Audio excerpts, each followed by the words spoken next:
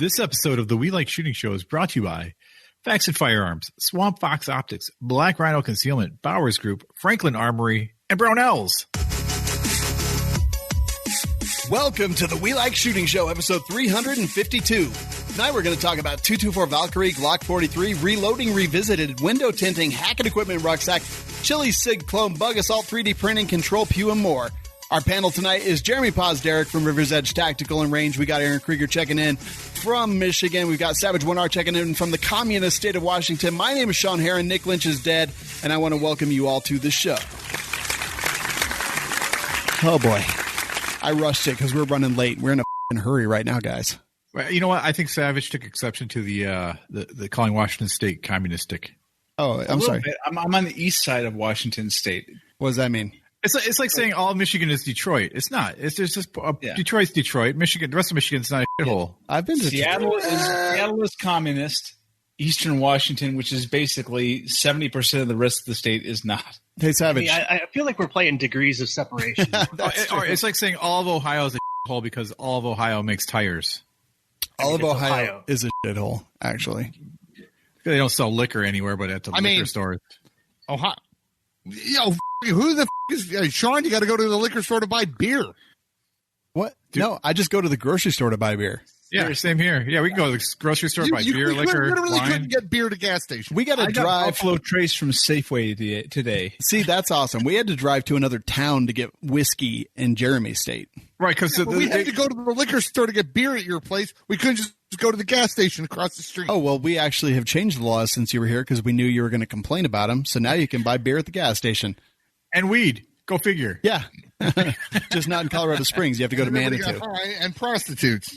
Wait, what? There's prostitutes? Isn't there? I heard there's actually prostitutes everywhere. You just don't know it. I didn't. I mean, for the right price. Right. And like way more people do cocaine than you know.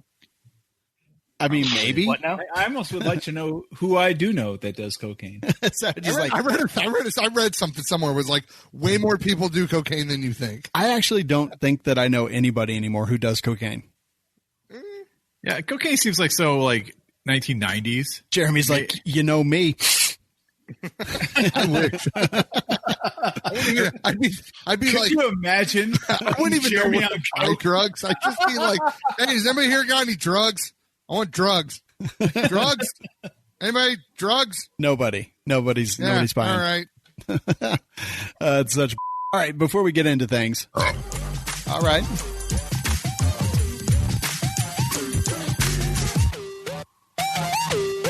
We're going to talk about Swamp Fox Optics.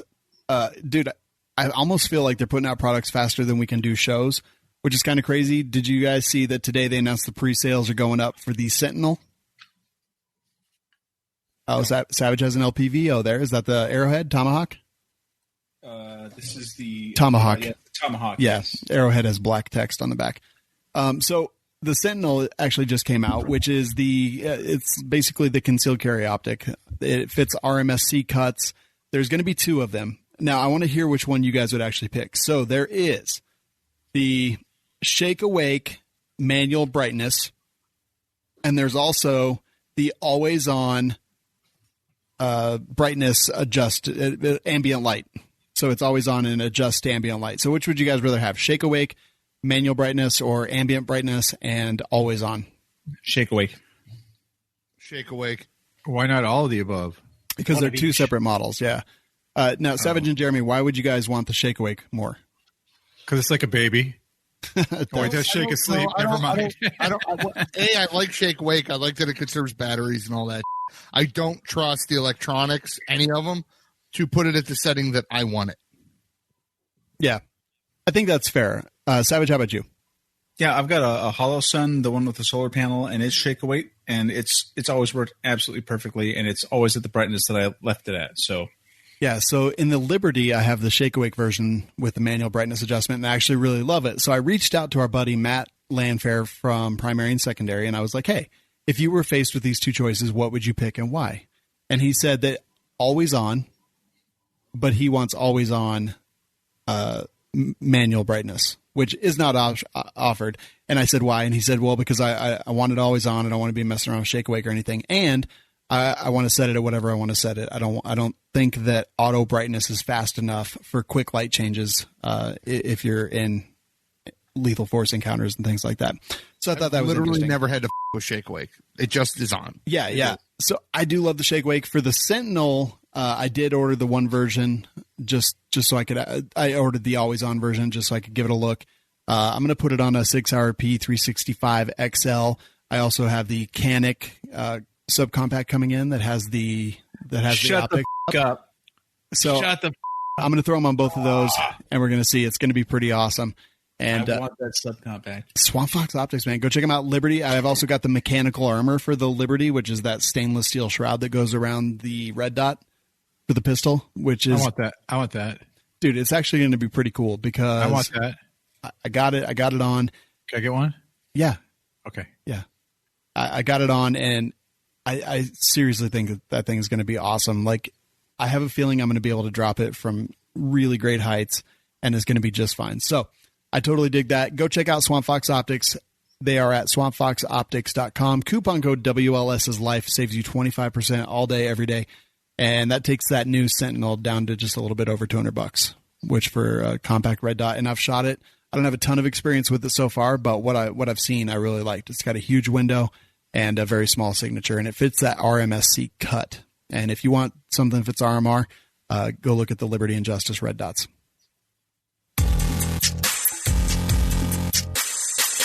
All right, so let's go ahead, introduce our guest. He prints guns and shows people that they're in charge of their own freedom.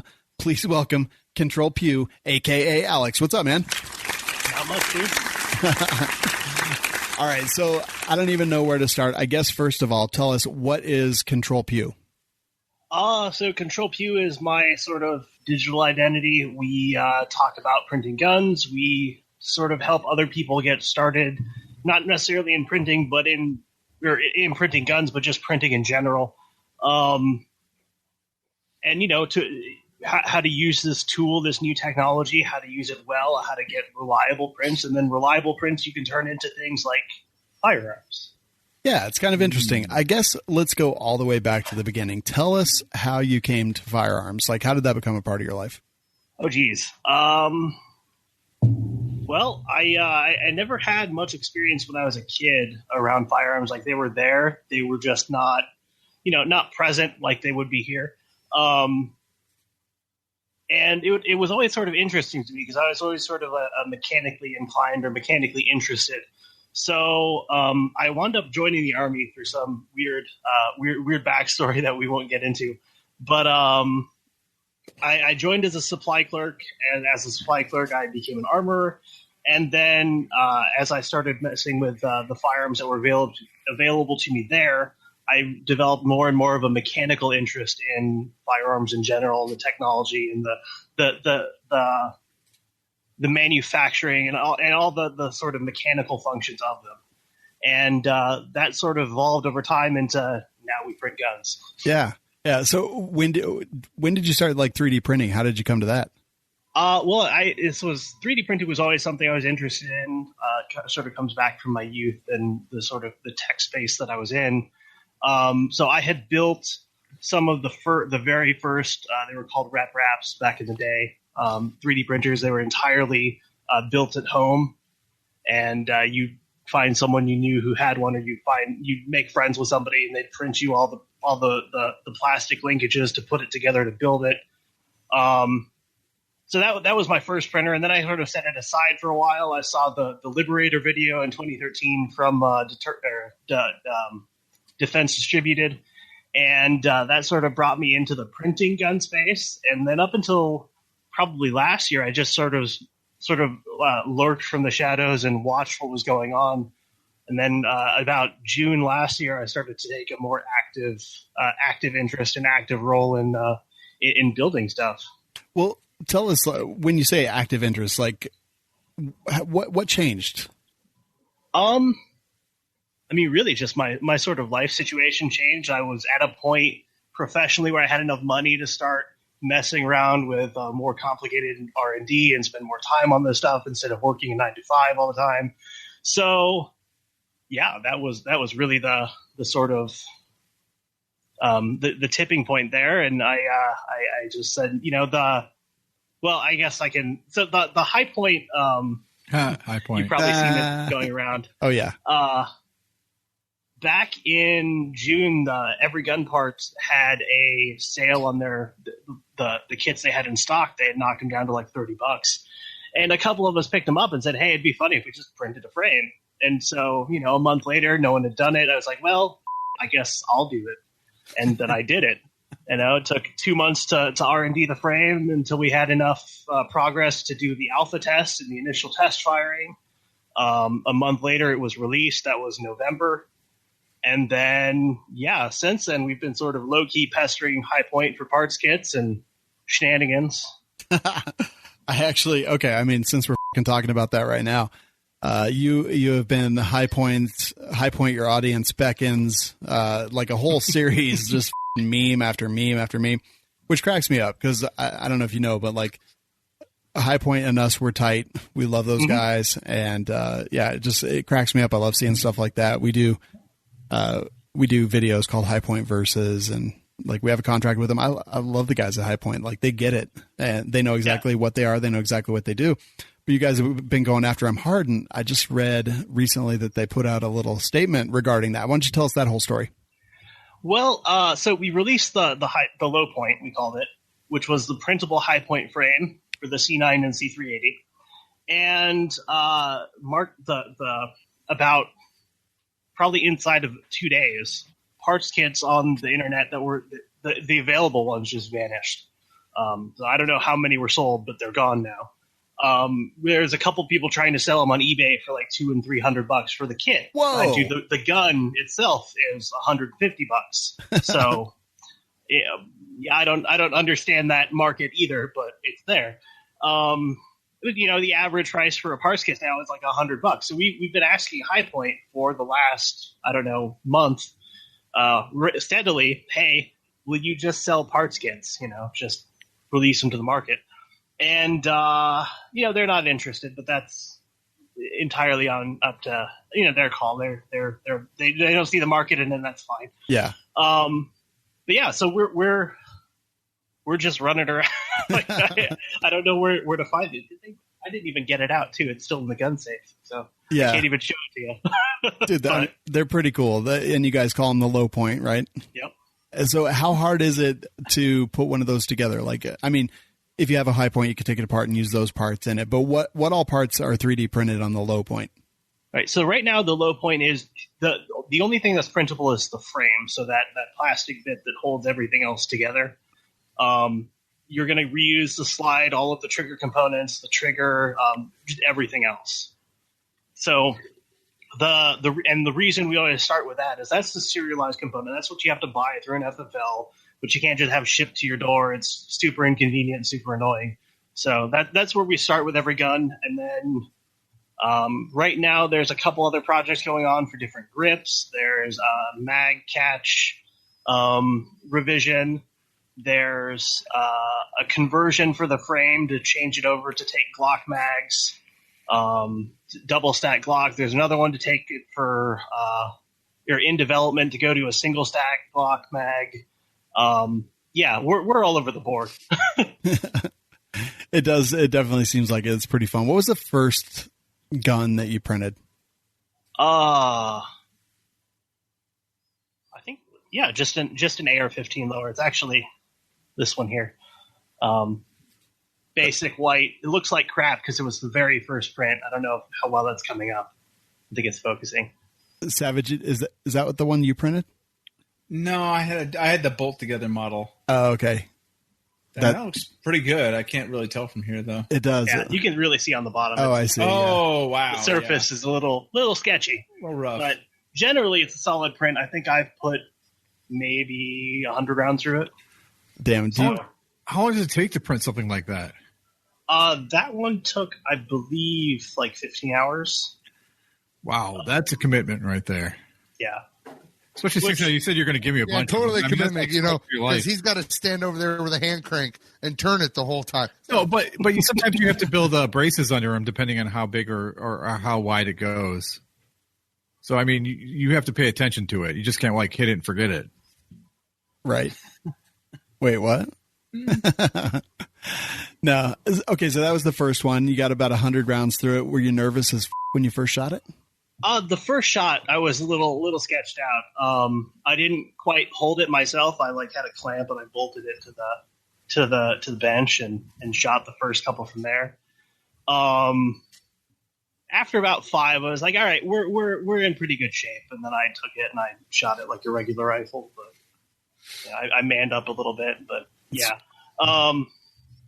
no, it's not too bad once you start to understand the forces involved and the sort of the physics of how the thing operates.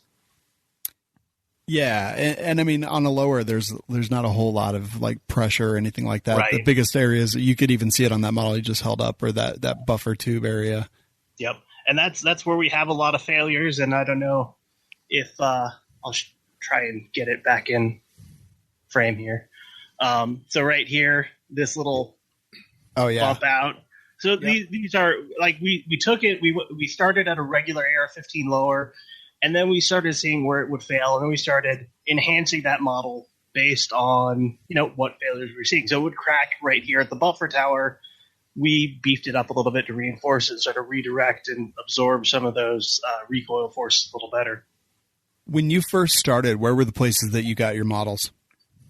Mine came off of FOSCAD. So there's a repository that we have that just has hundreds and hundreds of files, and it's an anything goes kind of repository. I don't think there's a lot that was verified and tested before it went into there. At least definitely not in the early, or probably not in the early days.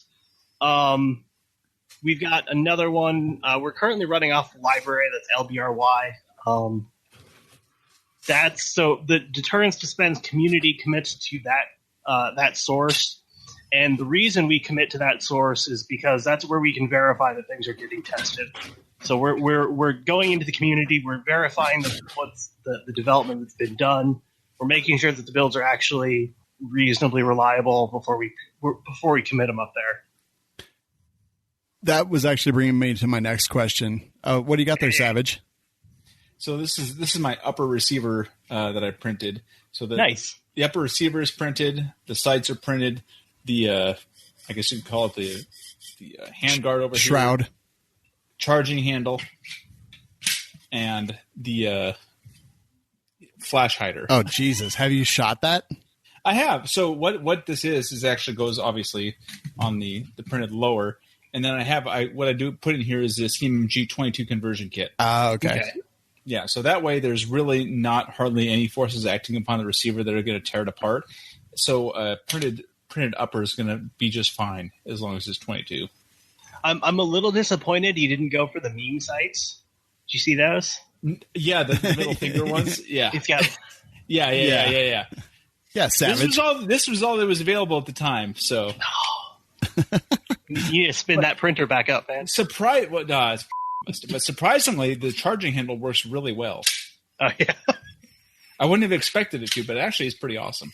Yeah, it's the like you said, people think plastic is the plastic that it's just going to break and it's really weak. It's surprisingly durable. You can get away with a lot, and they're really forgiving when they do fail. Yeah, but this lower receiver definitely has a lot of cracks in it because my printer. And a lot of the layers separated. But the cool thing is, at least for a temporary fix, you can get those 3D printing pens, the pens, and then just kind of fill in the cracks, or kind of semi-weld it back together with a hot tip. Yeah, that's actually terrifying. Yeah. We usually take a soldering iron with one of those chisel tips on the end of it and just run it across the surface. Yep, there you go. What's wrong with your 3D printer, Savage? So one of the connection that goes to the heated print bed burned out. So I can't, my heated print bed won't heat. And so that basically, whenever I try to do a print after that, it wouldn't keep coherence, and it would just turn into a big spaghetti monster after that point. It sucks. It sounds like a perfect time for me to tell you that you should follow the guide.controlpew.com. and learn and get an Ender 3, which is the printer that we recommend as a community. It's basically a $250 printer at this point. Right. Oh, for sure. And yeah, you'll print all of this stuff behind me. All of this was done on an Ender 3. No. Yeah. Wait, where do I buy it? Let me see. Amazon.com, probably, right? Yeah, Amazon, AliExpress. There's links in the guide.controlq.com.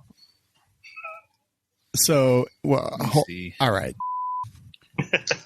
I didn't realize they were that inexpensive. It looks a lot like mine. Yeah, $250 for the base one. 220 by 220 by 250 mil print space. Yep, that'll do. And that's what you use right now, Alex? Mm-hmm. Yep, that's this one behind me here. There's one above it that you can't see. There's another one. There would be one down here, but it's broken at the moment. It's in like 12 pieces on the other side of the room. I got to deal with that later tonight. Mine comes from guy in the garage, by the way. This is his old 3D printer. That's awesome. Oh, nice. Yeah.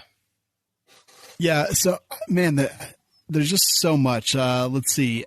Tell us about your R. Well, actually, let's start out for someone who wants to 3D print. Like, tell us what they need to buy. Like day one, if I'm going to do it right now on the show. I'm going to Amazon right now. What do I need to buy to get into this?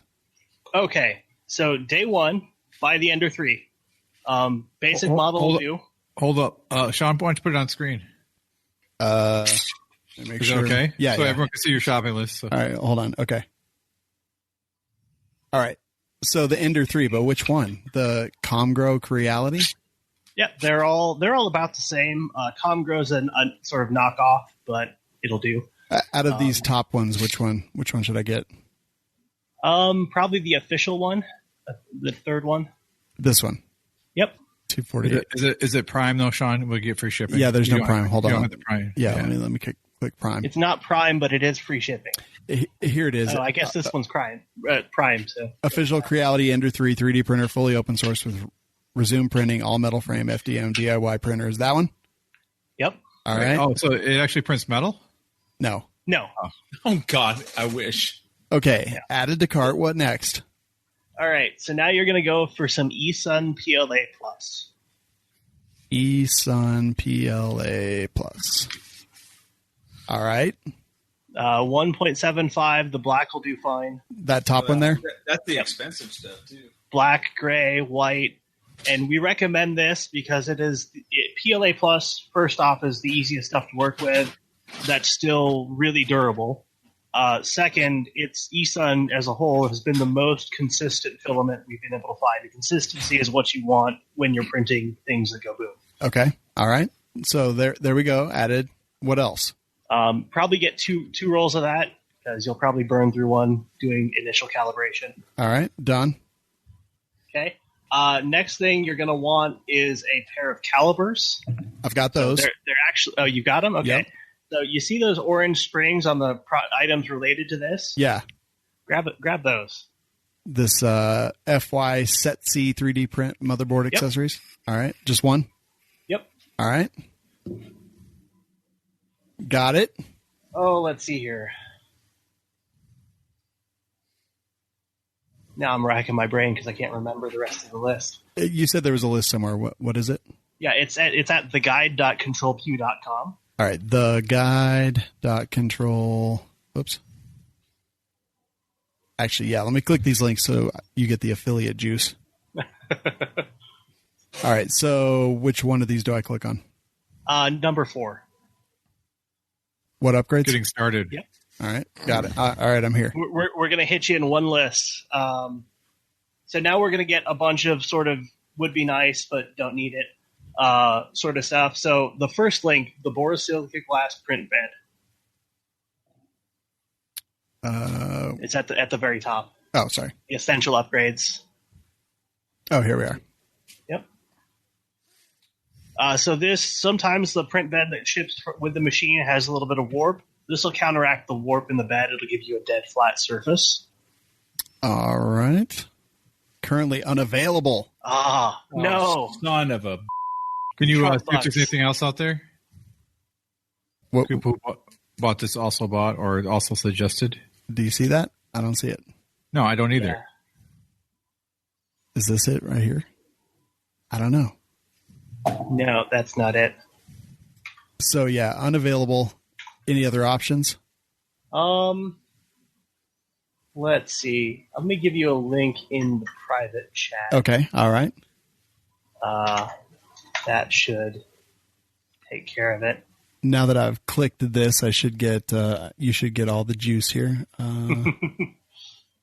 And for anybody watching, right? If you just type in borosilicate glass bed and then the dimensions, 235 by 235, you should get the right model. Read the details on that when you do it, though. Just make sure that you're going in the right direction. So this is the one that I need then? Yep. Okay. All right. Added. Let me go back to the guide. God, where am I? Everything. I blacked out. What happened? Okay. Here we go. All right. So got that. Then the PEI build surface sheet. Yep. Now, what is that for? So this will help adhere all of the stuff you're printing to the bed a lot better than just the regular glass surface you would be printing on. Oh, that's way better than using glue. Right. Bed leveling. You already got the springs. Okay. Yep. I was just going to ask. All right. Got that. The other thing with and you don't need that. I'm going to tell you to skip that because you're not following the guide in order. So don't buy that quite yet. Okay. All right. So nice upgrades. These are not critical. They're going to add a little bit of complexity to the build in general, but they're nice to have if you want to start doing advanced stuff. So again, I'm going to tell you to skip this section. Okay. Because the enclosure is something you need to do when you need to stop like drafts from messing with your prints with some materials. Yeah. That does happen. With the hot end, it can work poorly with PLA plus.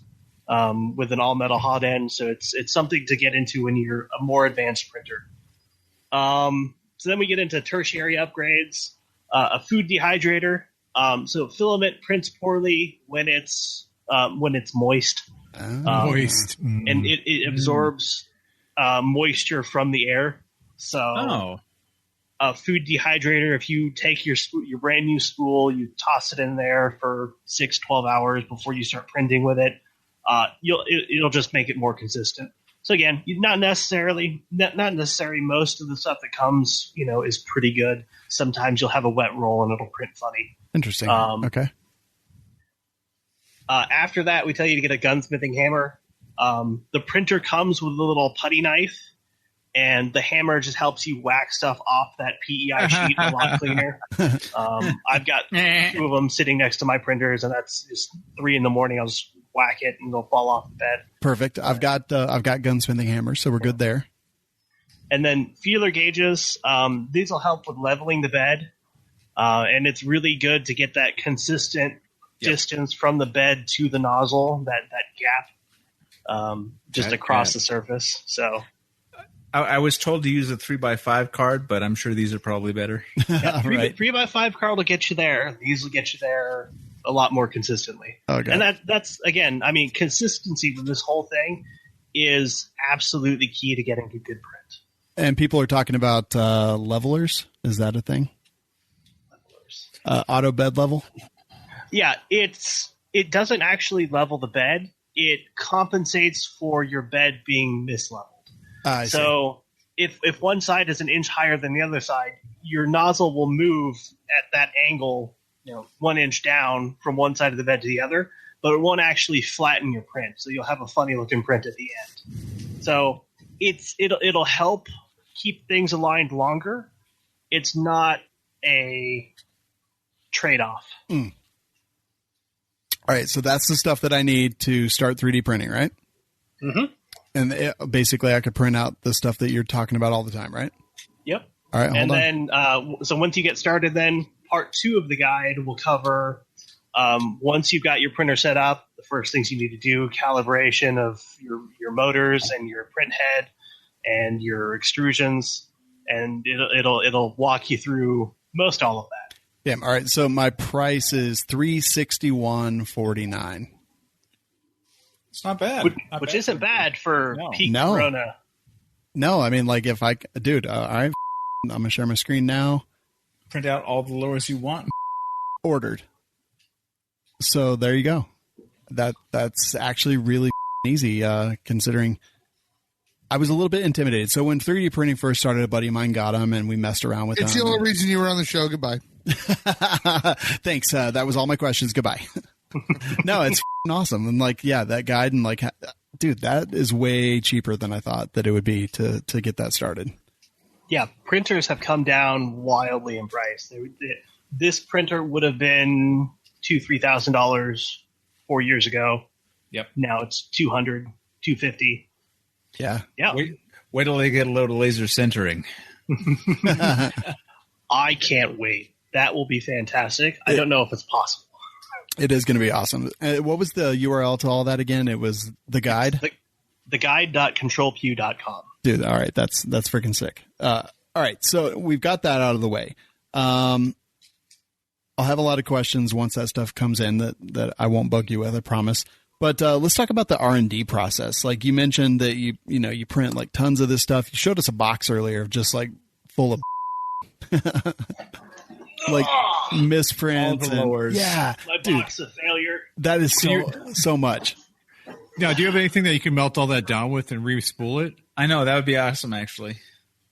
I'm working on something. It's out in the shop, and I mean, it's just a pain in the ass, man. You gotta like it to be able to reprocess something you've already printed. Just takes a lot of like mashing of metal bits, and to cut it all down into something you can remelt. So it's just a pain in the ass. I'm sorry. I think. Go ahead. Yeah, I was just going to say, can you imagine if you did perfected that process and just had people ship it to you? Oh, Jesus. Oh, God. And then you can make money off that. I mean, once you get past like the instant ATF raid on my house and the shooting of my dog. Yeah, what kind of dog you got? God only knows. He's a mutt mix of whatever. But he's a bullet magnet. Yeah, bullet magnet. Exactly. That's what I'm going to name my dog. Backstop. Oh, but yeah, no. This the stuff in this box is destined for the next politician who decides it's a good idea to do a gun buyback. Oh, nice. Because they're all technically firearms. You should ship one to the Prime Minister of Australia just for and giggles. The first thing I kind of want to. Yeah. That'd be a lot in mail, though, man. Australia. I'm like, is that even legal? Worth it. What are they going to do? I asked my mom today. I was like, "Hey, Mom, would you be interested in putting some money towards something, and you could make money tenfold of what you invest?" She goes, "I don't like the way that sounds. It sounds illegal." I'm like, "It's not illegal in this country." And she's like, "What is it?" And I'm like, "I want to ship guns to Hong Kong." She's like, "Is it illegal?" I'm like, "Not in this country." Oh, God. I'm like, "It's horribly illegal in China." Right. I feel like it is illegal in this country. Why? Selling guns? It's exporting. No, exporting. Exporting, yeah. Exporting's not illegal. Who do you think arms the world? Well, the government. People. I got paperwork. That is true. That is true. What do you have export paperwork though? Well, I guess you would just have to pay. You just have to pay ITAR and pay the federal excise tax, right? I mean that, or you take them out on a boat with an American flag. Once you're in universal waters, if they fall off the ship, like it is what it is. Universal waters, like a spaceship's flying in there. And shit. Yeah, or what you know what I mean? International water. International, yeah. Universal's amazing. Yeah, it would be international waters. Space I feel like that's the ultimate. I lost my guns in a boating accident. Right? Exactly. Yeah, right. I happened to lose them off the coast of Hong Kong. Well, I lost them on the. Look at all this money that just found its way into my bank account. Holy. Well, wait. There's that movie with like the fat kid from that other movie where he's an arms dealer.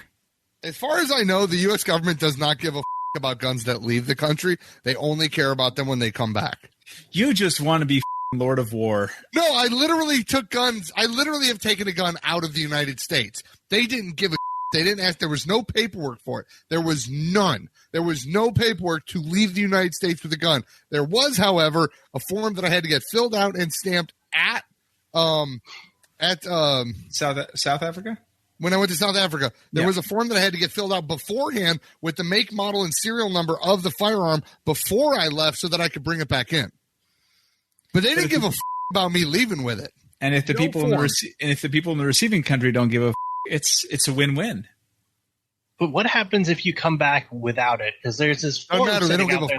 Hey, here's a serial number that says you left with this gun. No, I know, because there's no paperwork that you left with it. Yeah. Hey, I think we can draw a conclusion from this. That's all gun laws are infringements. Have you ever seen the video of the dude chucking an AR off the boat? Dude, that's my friend Jared. Yeah, you just don't bring it back in the country. It's cheaper to buy new ones. Yep. That's what they did. They just dumped them in the ocean because, and it wasn't bringing them back into the country. It was like going into other countries and stuff. But yeah, they just, before they got to port, they just dumped them over the side. Crazy. All right. So research and development, you showed us the big box of like fail. But like, what is that? I mean, 15 hours to print that lower, like that's a long time. Like, that's clearly why you said there's one above it and then one below it that's broken and one over there. That's why you have so many printers, right? Yeah. That's why I got my 3 sitting behind me. Well, 2, but I've got a couple other ones in the basement that are doing like production runs of various prints. But our R&D is really, for me anyway, everyone's got their own various methods. Mine is sitting down with the firearm and a set of calipers and just measuring until I get it right or go blind, piss off. That was a high point. It took me 2 months sitting here with the frame and the calipers and just to figure out all the critical dimensions and prints. And there's you can do it in sections. You can start with like the grip and measure and only model the grip and print the grip, so it cuts down on some of the time. But yeah, it's just tedious and it's kind of a pain in the ass. But once you get the critical dimensions, you can do whatever you want. So we have 100 deviations of the AR-15 lower that all have the same critical dimensions, but they all look a little different. So here's one. Here's another one that I haven't quite ripped the sports off of yet. Oh. But the mag well's a little different. The back end's a little different. Same critical dimensions, which is pretty cool. So, which I guess brings me to the next step, which is you got to learn some kind of modeling software, right? Yep. So that's actually covered in part 5 of the guide. Well, let's see if you're designing more than anything. True. Go ahead, Alex. So part 5 of the guide. Yeah. So part 5 of the guide, we recommend Fusion 360. They have a free license for hobbyists. It's top tier modeling software, top tier CAD software, and it's just really good. So that's what we recommend people start learning on. There's other options that are also free, but they're not as good. And then this way, there's 10,000 members of our community, most of whom many of whom I should say are learning how to CAD in Fusion 360. So when you have a problem, you can go to our community and say, hey, what the f- am I doing wrong? And probably somebody's had the exact same problem and can walk you through it pretty quick, right? Yeah, 90% of the time. Nothing new under the sun. And when you say community, that's a community on Keybase? Yep. So our primary community, our primary hub is on Keybase. That's where most of our active development happens. It's just a big chat room, basically.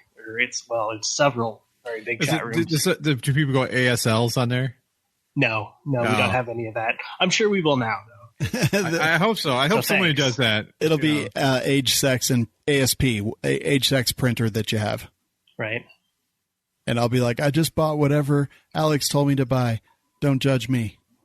And they'll be like, you noob. Being judged. Yeah. I better not be. I bought what you told me to. So how tough was it? How tough was it for you to get into like the modeling stuff? I mean, it's not so much tough. Like it's just a learning curve. It's one of those things where you just have to. You can't somebody else can't teach you how to do it. Like you just have to sit down and chew through it. So it's like I said. My first real project with. We have some long prints. Yeah. But no, my first real project with the team was the low point, and that's where I learned to CAD. And it was just sitting there with calipers for 2 months measuring this frame. So I mean, that's really it. You just got to start. People ask all the time, "Hey, how do I get started in this? How do I contribute?" Find something you want, make it. That's A to B. I mean, I'm going to do the low point. That's going to be literally the first shit that I do when I get mine in. Because do you have any idea how many high points I have? Right. So many. Oh, that one with the broken I can frame imagine. would be great. Oh yeah, actually, yeah. No, that's my fancy one with the comp. Yeah, but it could make it even. No, off, dude. Customize lower on there. I love that thing. I'll take the one. You could put WLS's life on the backstrap of your low point frame. Oh, you're filling me with dreams right now. You can do it. I believe in you. I can do it. It's going to be amazing. Don't let your dreams only be memes. Exactly. Do it. I'm going through your website now because you mentioned the guide, which is really super valuable. That's a ton of time, man. I know how much time this takes, and not just the R&D that you're doing for all the prints that you're putting up for free. Most, if not all of them. I don't know. We'll talk about that in a minute, but like so much time and effort and energy and everything else. Why the do you do this? Like you're not becoming enriched because of it. That's very socialist of you just saying. Say everyone's got a little bit different motivator for why they're doing this. Mine is because it's hilarious. I can go into my garage For the walls. right. Like I can go into my garage. I can sit here in my office. In a day, I can churn out apparently like a small enough guns to take over a small country, which is apparently one according to the news. So, I think it's hilarious to go from nothing to a firearm without actually having to do anything, and it's the end run around entirely unconstitutional laws. I feel like that can't be stressed enough, and that's a big motivator for a lot of people. Is how are these people possibly going to legislate what I can do by myself in my garage with literally no help from anyone else? Oh, the state attorney general and the governor of Washington State are doing their best. Yeah, they really are. They've literally made it so that you have to go through an FFL in order to transfer an 80% lower in this state. Yeah, it is pretty crazy. I mean, I don't know how they're legally able to do that. I don't know necessarily that they are. Firearm is defined under federal law. I know it. They redefined firearm under state law. Well, wasn't it Jersey that was like, Jersey was like reaching out to companies in other states and saying you can't send people things in the state of New Jersey because it's against our laws and we'll come after you. And I'm like, oh.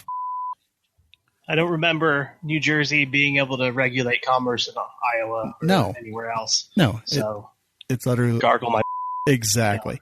Hey, we're talking to Alex from Control Pew. We're going to take a quick moment and hear from one of our sponsors. I mean, at this point, I do want to introduce our new buddies over at Franklin Armory. Did you guys know we added them as an advertiser? I did not know that. This is the first I've heard of it. Really? Yes. Are you sure? Because I put it in Slack. You said you were considering it before, but I didn't know we made the plunge. Oh, yeah, no. Signed contract, and today is actually the first day that we're working with Franklin Armory. Well, all I can say is pew, pew, pew, pew, pew, pew, pew, pew, pew, pew. Yeah, super fast. So what they're really known for mostly is binary triggers. And we've got the AK-9, we've got the AK coming in, we've got the 22 LR coming in pretty soon. We've already got the AR-15 binary trigger, the BFS-3. And we've actually got that on our 458 SOCOM build that we did. And the review is being worked on of that. I'm having trouble with the barrel, has nothing to do with the trigger, but that's kind of delayed the whole thing there. And I got to say, everyone knows how we choose the companies that we work with, and we kind of put them through the whole rigmarole. And their social media guy, we started talking to him a while ago. We were like, hey, we're doing this build with Brownells. Do you want to be involved? And he got involved, and he was kind of like an advocate over there for us. So shout out to him. Thank you, sir, for kind of being the advocate. And when we always kind of put it into our cult group, what do you think about this company or that company?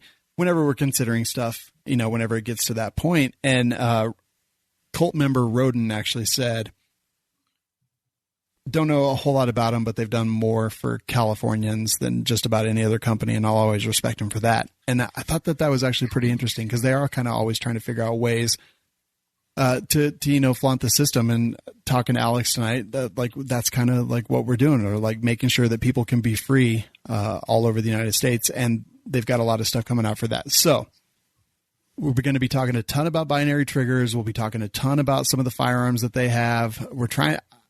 I really want to get in a reformation. I want to get in kind of everything that they do and talk about it. Like if it's good, great. If it's not good, then we'll tell you. That's how we roll with everything that we do. So got a lot of new stuff coming and on the way, but go check them out. Franklin Armory. Haven't even gotten a coupon code set up right now, but go check them out. FranklinArmory.com. Take a look at the binary triggers. I think the 22LR is going to be one of the funnest. Let's see. I think it was Nick and I. Aaron, you weren't at SHOT Show, right? Mm-mm. And Jeremy, you were not at Range Day, right? I was not. So yeah, it was Nick and I that shot it, and holy crap, it was a blast. That one's going to be coming out. I want one. Oh, that one's going to be coming out any day, actually. So I want one. I've been following. Keep saying that till I get one. Do you have one? You don't have a 1022, so off. I have several 1022s. Oh, you do? I have a full auto 1022. Yeah, so do I. Yeah, no, I actually have a 1022. So yeah, we'll be getting all that stuff in, but go check them out. FranklinArmory.com. Check them out on social media. If you feel obligated, tell them that WLS is life. Whatever you want to do, we don't care. So FranklinArmory.com. Look forward to a lot of stuff coming up from them, and thanks to them for believing in WLS. Wait, is Nick dead? Yeah, he died. Okay, he died. We don't miss him though. Nah. All right, we're back with Alex from Control Pew. All right, so R&D, doing a lot of the modeling stuff, doing a lot of just caliper measuring and things like that, printing out tons and tons and tons of using all kinds of materials and seeing what works and what doesn't work. How often do you test fire these things? Not as often as I want to. I haven't been able to get to the range, aside from like this morning. It's been probably a month and a half since I made it to the range. Corona's been kind of nuts, and I've been working like mad. Yeah. I try and make it every other week at least. Every week would be great if I could like bang out some time on the Saturday, but good Lord, man. So when are you guys going to come out with the binary trigger? As soon as Franklin Armory sends me the schematics to the one that they have, and we can copy it. There you do go. Some R&D. So get on there, Franklin. Right? Hook a brother up? No. Before we move on, though, I did want to show you this real quick. There it is. My low point. 3D printed Hunter Orange. Low point. It looks like a toy. It looks no different. It looks like a DeWalt. Wait, it's got a pick rail in the front. It's got a pick rail where the rear side goes, so you can mount an optic on it. Sights still work. Oh god, it's got a trench. Yep. Yep. We left no stone unturned with this one. So okay, have you shot it? I have. This one has got about 300 rounds on it. A couple of my guys from the Alpha group have, I think they're sitting around 150 on theirs. So more rounds than most people are going to shoot out of a high point in the first place. That is true. Well, before you unload it, because it's too hot. It's got too many bodies under it. Chuck it in the river. It's fine. It only just takes reprint a new one and melt the old one down. 15 hours for a drop gun. Yeah. It's a Friday afternoon well spent. Yeah. The exact opposite part that you actually need. Right. How long did that take to print? God, I don't even remember. Probably under 20 hours. I want to say they were being done in under 10 when the project got released. The settings that we had, we would get it under 10. Wow. So yeah, it's not too bad. That it's freaking awesome. It looks amazing. It's ridiculous and amazing. It's amazing. Yeah. Copyrighted. Copyrighted. Trademark. I've been seeing these narwhal tusks all over the place. What's up with that? Yeah, so the story, this was a dumb thing off of Twitter. When there was a terror attack in November of last year on London Bridge in London. Well, London Bridge. Anyway, there was a chef. I think he was a chef. He was also an ex-convict doing something nearby. He saw the stabbing start. He heard the guy screaming about, "Oh, I've got a bomb on my chest, suicide vest." And he grabbed the narwhal tusk off the wall at this restaurant, ran outside, and started beating the guy to shit with it. It was hilarious, and I laughed my ass off when I saw this because it's such an absurd thing to see. You don't expect to see somebody beating the shit out of another guy, with a narwhal tusk, much less like the hero's an ex-convict and the other guy's a terrorist. You just don't expect to see that. So, it came out on Twitter. Somebody asked if we could print one or print a holder for one, and then we started looking at it's like $30,000 for a narwhal tusk. We said, okay, well, next best thing is we'll just over-engineer a bayonet and make it in style like a narwhal tusk. And so we have the 3D printed narwhal bayonet. Will you 3D print me that stormtrooper mask? Maybe that probably would take a long ass time. Yeah, I tried to print an Iron Man mask or helmet, and it just did not turn out well at all. The one that I have there took probably about 200 hours to get it to that point. I'll wait. I'm in no rush. It's cool. I'll think about it. Also, fun fact: narwhal tusks are actually a tooth that grows through their head. Yeah. Well, I guess it wasn't that fun of a fact. If you guys are like, thank you. Okay. Yeah. Ooh. Yeah, it's true. Makes though. sense. Yeah, these are. Have you stabbed stuff with the narwhal tusk? I have not been able to get to field test those yet. There is one guy who printed one and did, and it was hilarious. And there's another guy who mounted one on a machine gun. So, yeah. I've got video of that stuff in the queue. It'll come out in the next couple weeks. Oh, sweet. Because I actually have machine guns, and soon I'll have a 3D printer. I'll do a low point and then a narwhal tusk, and I'll stab Nick with it to death. That won't be that hard. He's already dead. Basically. Be sure to get the pipe though instead of just the solid steel rod. Yeah. And if you cut it at the tip, you get the nice hypodermic needle kind of effect. Oh God. And then the tip on that, the first 4 inches was designed to snap off inside the person. Oh, good. Just the tip? Just the tip. So they bleed out through the hole. Yeah. That's a great idea. Over-engineered. All right, so let's talk about freedom for a minute. Why are you doing this? Why does it matter? Why is it important? Why does anyone give a Well, for me, it's every 5 minutes there's a new law and a new thing being banned, and these guns are evil because we're terrified of them and don't understand them.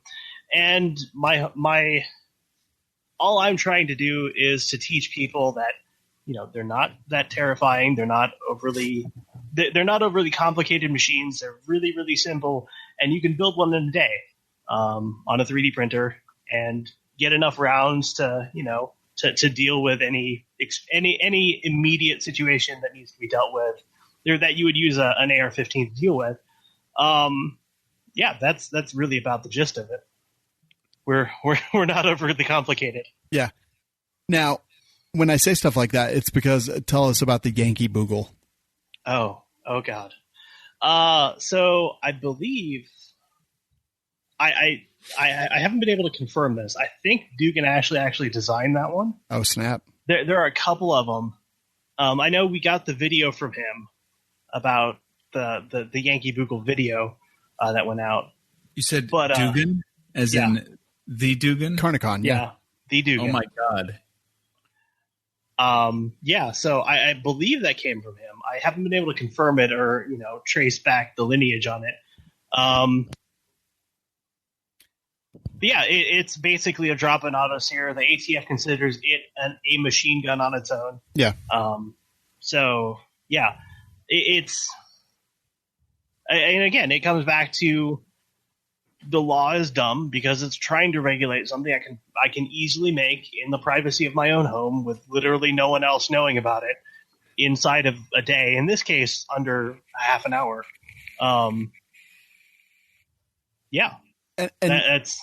So the reason I ask about stuff like that is, clearly if people can make these in their own homes, super quickly. This is what was it? 10 years, $250,000 fine if you're caught with something like this. But why is it important that they can't stop the signal, in air quotes? Well, I think the sort of the last line of the Second Amendment is about sort of fighting off a tyrannical and corrupt government, and being able to have the same or very similar arms, because a government's going to fight you if you try and fight it, or if you try and dissuade it by force. It's going to fight you, and to be able to have the same arms or similar arms, it just puts you on a very even playing field. It makes both parties very conscious of the cost of going down that road. Yeah. I very much agree. I think that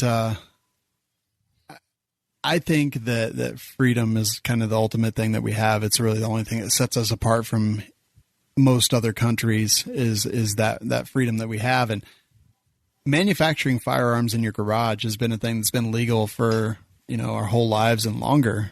And what do you think about the politicians that see 3D printing as like the greatest threat to the American way of life that they've seen in 100 years?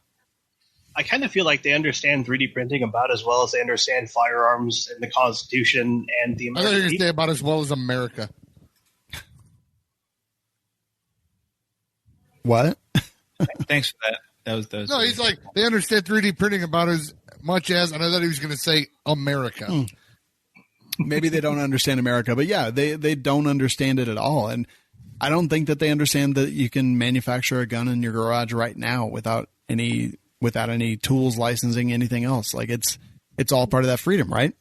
Yeah. And to be clear, like, you don't even need a 3D printer to do this. You can do this with $40 at Home Depot and mash together some pipes and call it a day. $12. But, yeah.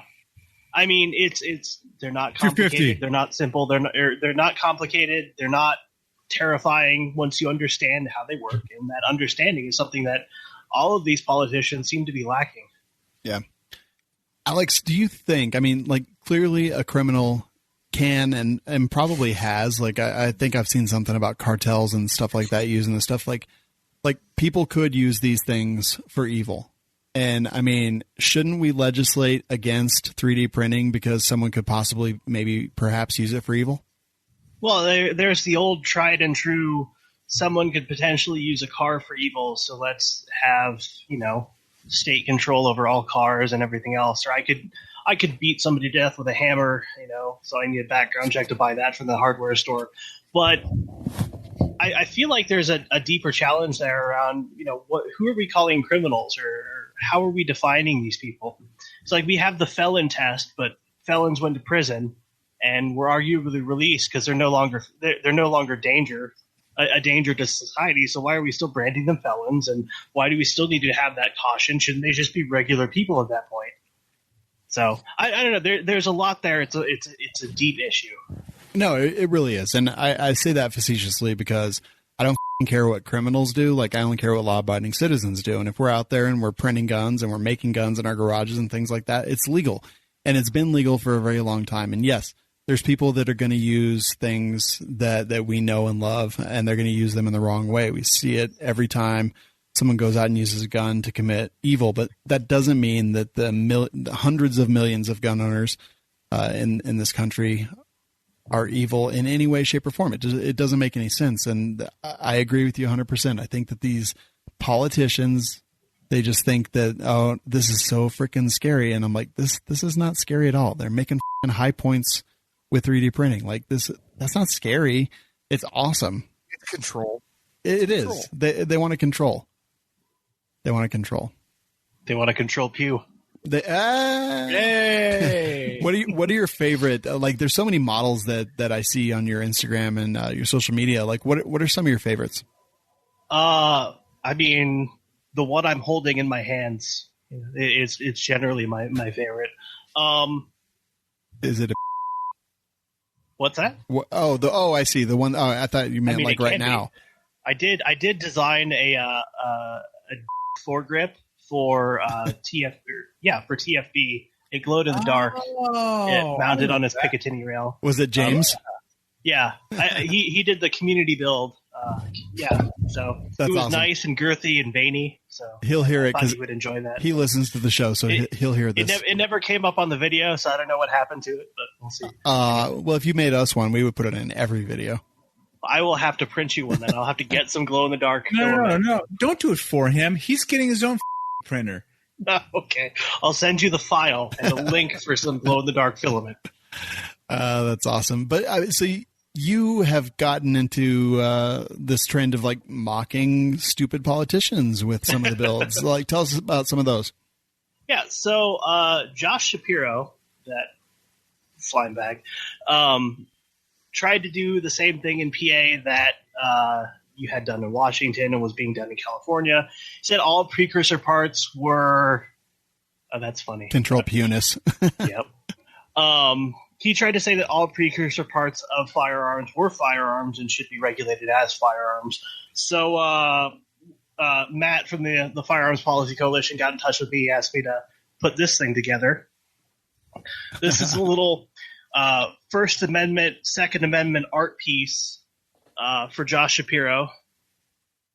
That is wonderful in every way. I don't know if the site's still up, but joshshapiroisaTyrant.com. You should go and check that out. It's a ton of fun. But yeah, so we released this. There was a whole video around it. It was we even wrote a song for it and had it put together. But yeah, I really just hate politicians who think they can decide that, you know, the Second Amendment is something that they can decide to mess with or something that they can interpret on their own. And try and craft laws around it, or not even laws, more like dictations to the state police around these things. And you know, the First and Second Amendment, to me, these are sort of like set in stone. You know, they mean exactly what they say, and you can't really change them, because changing them in any respect sort of negates the purpose of them in the first place. Yeah, completely agree. So. Last, I want to talk about community. Clearly, you've got a pretty sick community, like lots of people doing a lot of good work out there. Tell us about it. Tell us, like, why it's good. What are some of the challenges involved with it, and what are some of the great things about it?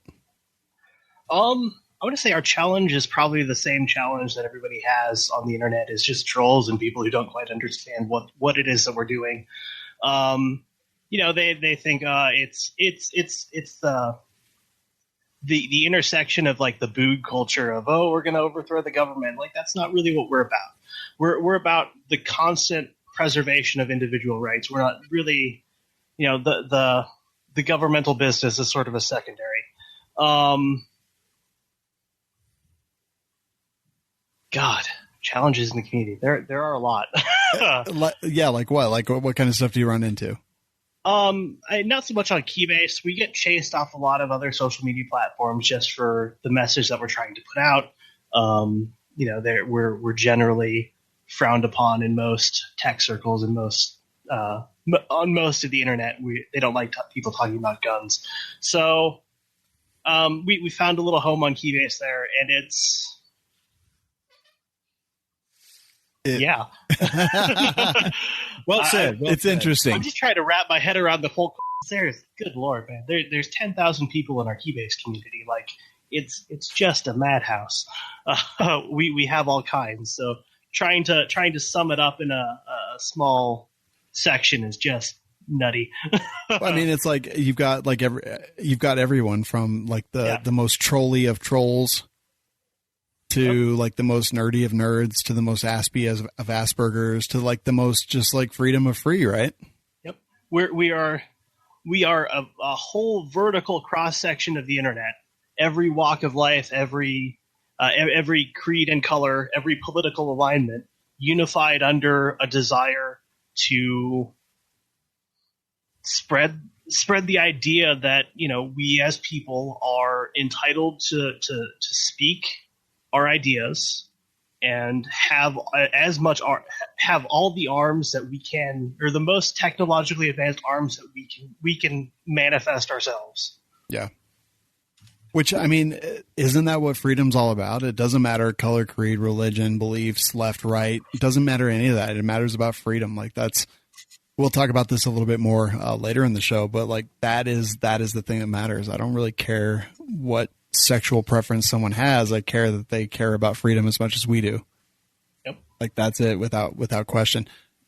Deterrence defense distributed, like those are some of the bigger names in what is it, repositories for plans and just like, I don't know, clearing houses for plans and things like that. What are your thoughts on those organizations?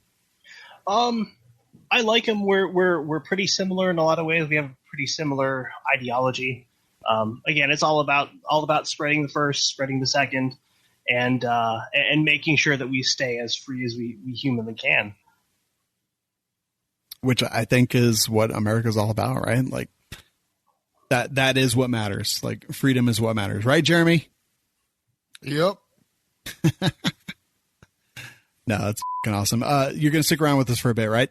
Yeah, I can hang. Because I've got all kinds of stuff that I'm going to ask as we kind of move down into the show. But how do people support you, I think, is the important question right now. I mean, download the files, Prince of Guns. Nothing says more to us than building the things that we create. So if you want to go and build a Glock, build a Glock. If you want to build an AR, build an AR. We're releasing some stuff for the BRN 180 uppers or AR 22 uppers, things that don't require a buffer tube right here. Yeah.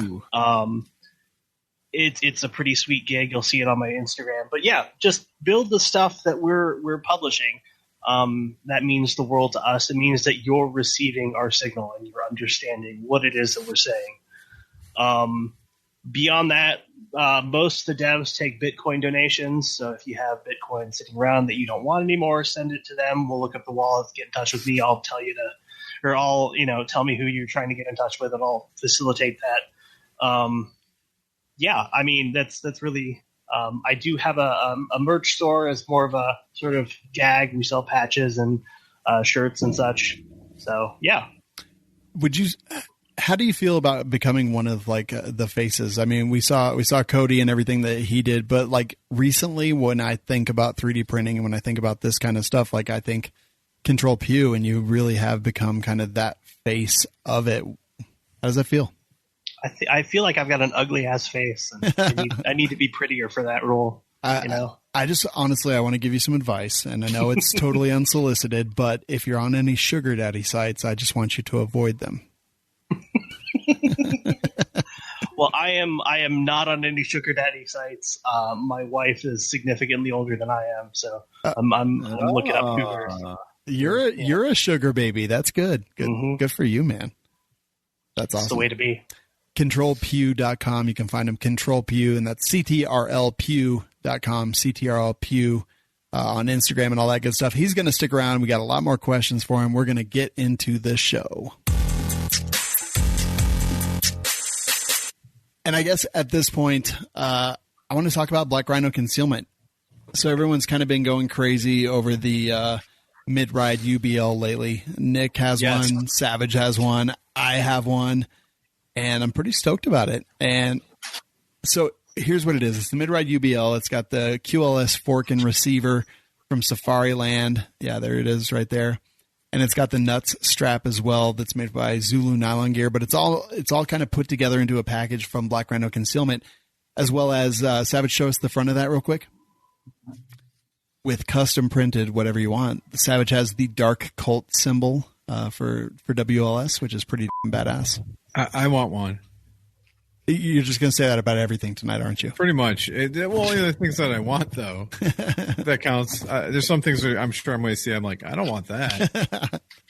But yeah, so it is a sweet system. I got one, Savage has one, and Nick put together one as well. And you can find those with any holster that you need, any light that you need. So I've got a TLR1 HL on my Smith & Wesson M&P with a CGS Group Cube compensator, a Swamp Fox Optics, Liberty red dot, and it all fits in that rig and just pops right in and out with the QLS fork. It's the most comfortable way to carry. It is. It's not a drop leg, but it's not at your belt. It just drops it to a comfortable position, and I am freaking loving it. BlackRhinoConcealment.com. Coupon code WLSMOFO saves you 10% all day, every day. And yeah, I think that'll do. I guess this is where I play this song. All right. I'm a little bit behind, so I'll do the ad read for facts in here in just a minute. But I got a couple things that I wanted to update you guys on, and I don't know. I've been kind of going crazy. So 224 Valkyrie update. I had a few people ask me. So recently, Angel's dad and I have been working. He had a 224 Valkyrie that had the same results as I did. It was basically awful. And I put it in the safe for like over a year and never touched it again. He did the same thing, and we've been going out, and one of the guys that he works with, Thin Line Defense, has been loading us some rounds. We've done some ladder rounds. We're kind of figuring out what does well and what doesn't. We even bought the Federal match stuff with the 80.5 grain burger projectile, and that was garbage. We've done the American Eagle stuff, and we're finally kind of dialing it in to where we've actually got a pretty good idea of what we need. And I finally realized that I'm going to have to reload if I want to do this. Now, I've been planning on doing it anyway because I want to do some 6.5 Grendel stuff, some 6.5 Creedmoor stuff, and I know that I'm going to get the best performance by doing my own loads. But the cool thing is they've kind of taken all that work out of it for us. So we've got a bunch more rounds on the way, another ladder test with different kind of powder. And there's a website that did, like, he calls it the laser load for 224 Valkyrie. It's basically CFE 223 powder, a Burger 80.5 projectile, Starline brass, Federal 205 small rifle primers at a 26.6 grain load, and apparently it's like a laser out of a 1 in 7 twist 20-inch barrel, which is exactly what I happen to have. So we've been getting some better results. We found what does work. We found what doesn't work. We're doing testing. I literally went out and ordered all of the stuff I needed to reload because I was like, okay, I'm just going to have to do it. I have to bite the bullet. I'm going to have to reload for 6.5 Creedmoor anyway, and I might as well just go out and do it. So I got a RCBS Rock Chucker Supreme press. I bought RCBS Chargemaster Light powder measure. I had a Lyman case trimmer. I had a Lyman case prep station that chamfers and deburrs and all that stuff. I had pretty much everything else, but I bought the press, the powder charge measure, the dies. For that one, I think I got some Hornady and I got some RCBS as well. And then I have the 6.5 Grendel and Hornady. And yeah, I guess I'm getting back into it. I mounted my press today. I'm just waiting for my Brownells order because it was rifle primers. It had to be ORMD, so it takes a little bit longer, which I hate. But it'll be here Wednesday, and then, yeah, I'm going to start reloading. So, yeah, 224 Valkyrie, I've definitely been getting into it more. I'm going to have to start reloading again. I got all this stuff now, and it's all out there, and I'm ready for that. So I didn't want to ever reload again. Like, I used to reload 223 and 9mm for competition, and I just constantly. Savage posted a meme, stop trying to make 224 Valkyrie happen. It's not going to happen. Well, I will say right now, Savage, that I'm getting really good results. I think I was 0.58 MOA with some of the load testing that we did. Oh, I think I accidentally removed Savage. Valid. We'll give it to you. Yeah, that guy. But Corbin said getting ready to try that load in 224 Valkyrie as well. It's ultimate reloader. You ejected myself. What did you say? Oh, you ejected yourself. I was like, oh my God, I think I just kicked Savage out. No, that was me. No, but I think I'm actually pretty happy with it. If I could get 0.58 and continue that out to distance, like, I'm pretty happy with it. Yeah, but I mean, I think, I honest to God think that Valkyrie is a bastard that's not going anywhere. I think 6.5 is probably the best one out there. Valkyrie, you have to work too hard to get it to work. I'm sorry. You just have to work too hard to get it to work. You're not wrong. You're definitely not wrong. So the problem is that I got a 1 in 7 twist on my barrel, and 1 in 6.5 is actually what it turns out later. It came out that was kind of the secret sauce. And actually, both of us. But is it? Yeah, I mean, it kind of is. Like, I'm getting 0.58 MOA, and he got 0.53 MOA with a 18-inch barrel. But is it under the new 6.5 twist rate? No, 1 in 7 barrel. Okay, so, I mean, again, you have to bust your ass with the special load, yes, just to get that work. Whereas if most other calibers, you drop it in, factory loads will do okay. That's not necessarily true because I've had the same problem with 308. I've had the same problem with 6.5 Creedmoor. I've had the same problem with 6.5 Grindle. But you've been able to find those loads. Yeah. Like, I mean, like, okay, It's so your easier to find 308 sucks that you use. So you just you try out a couple different brands, Yeah. and you may find the right weight. You put an MA2 ball. Oh, it sucks. No. Okay, so let's put in some federal match, and oh, hey, it works. You're not wrong. Like, it's definitely like 224 has been a challenge. I will agree. But if I'm able to reach out, like, so we've got another ladder load, and then we've got, I don't know what they're called. I think someone called them a Mexican load, which is basically the American Eagle, the real cheap that you pop the projectile out, leave the powder, the primer in the case, and then you just reseat an 80.5 burger bullet.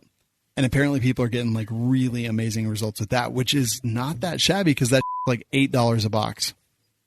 It seems like a process that I don't want to be involved in. Yeah, it is, but I don't know. You know, you're talking to Captain Half-Pass. I'm like, dude, can I just buy it? Dude, you know, my whole plan with all long range has been I just want to buy it off the shelf, but I'm starting to realize that I just don't You think should have bought a 300 Win Mag. Hey-o! Yeah, I just don't think it's going to be possible for me to buy it off the shelf. So I'm going to load some, and once we get the recipe right, I'll get his OAL and his powder charge and everything. And we've done the ladder testing. We know it's going to work. So instead of replacing that barrel and bolt, well, just the barrel, I think actually, I'm just going to load some rounds. And if I can have something that I can hit at 1,000 meters and I can hit with pretty decent accuracy, I'll be pretty happy.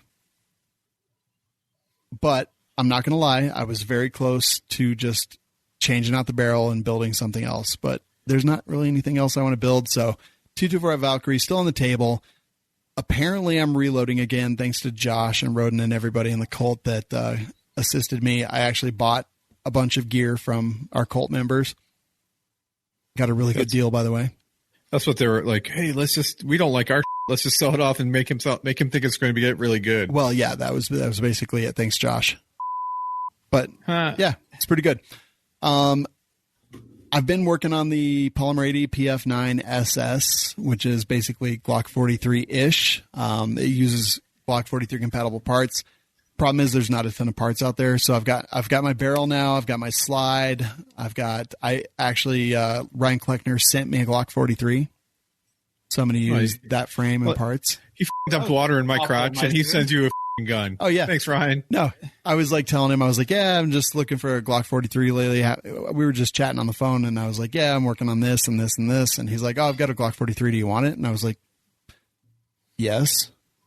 And a few days later it showed up. So yeah, you all. It's Ray Romano voice. You, Ryan. So I'll be working on that with the Polymer 80. And the thing I really want to talk about is I got a bug assault. All right, so it's moth season in Colorado, and in the studio, my office, the other studio, the storage room, like there's been moths everywhere. They're just like every single day I walk in, there's more moths. So I got this bug assault. I paid way too much money for it. I got the laser. I got the black one. I ordered the salt for it. I paid for like expedited shipping, and I swear to God, I've been like a moth serial killer ever since. Every morning. Who picks up the bodies? The Roomba. Okay, gross. It's so great. So it does take a few hits with a moth unless I can get it like straight in the face. So I generally shoot it and knock it down. Like basically the first shot destroys its wings and then I just shoot it in the face from close range going forward. But you could set out. Way nicer than me. I would let it die. I know. I'd let it suffer. No, I try not to let him suffer. Even Nick the other night, he came in and we went in the other room and he shot a bunch of moths. But I've shot a couple flies. I shot a spider. I've shot about 300 moths. And yeah, the bug assault is kind of awesome. You just could, set up a bug bomb in wherever you're at and let it go. That way you wouldn't have to do all this manual. It's really easy. All right. So every morning I get to work at about 8 a.m. That's my goal every morning. Oh, that must be nice. I immediately walk in to the office and I grab the bug assault and I just like Biden said. And from that point, I just walk around the studios and literally kill moths. It's fucking amazing. So we were talking before the show, Control Pew, like a CO2 powered bug assault. I mean, yes. More guns. They're awesome. I'm not going to lie. I paid $80 for the one that I have. It's a complete ripoff, but I'm having so much fun killing these living creatures that I don't even know what to do. So they make the shells for paintballs, right? Like the two halves, and you just squish them together, and you can do DIY paintballs. Yeah. What if you just took like powdered salt and put it in there, and then put it in a paintball gun, and then overcharge the paintball gun so you're shooting at a higher pressure, which just ruptures the ball. So you're just shooting powder out the end. It would be interesting. So I will say that. So I've got several paintball guns sitting on the other side of the table over here. And they shoot the rubber paintballs but not the big ones, like the smaller diameter, the .43 caliber, I believe. And those fucking things, like I've broken glass. I broke my door in the office. Like they will wreck. So it would have to pierce it on the way out of the barrel, but that would be a huge salt load, that's what she said. I was waiting for one of those. Like you've done like 10 minutes of like, I've been doing my own loads in the mud or whatever. There's like, no one's gonna, no, really? What show did I come on? No, we saw. I don't know what show did you come all over. Whoa. Oh no. They've been talking. Just said come on, and we would have still got the joke. You didn't have to go like the step further. It made it not funny. He could. In the comments all night. Invalidated. They've been talking about can you 3D print an SSB mold, which that's not cool. I mean, it kind of is though. Aaron, what is your product tonight? My product tonight, it seems like there's a lot going on in the world. I got an email today from a company selling they sell window tint. They sell window decal designs, but they also sell a film that you can put on your windows to make them safe for safety and security. So they're basically touting it as riot-proof window film. And what it does is you put it on your windows and it helps it make it shatterproof. So you can sit there with a hammer and bang on it, and it will protect the window from coming apart.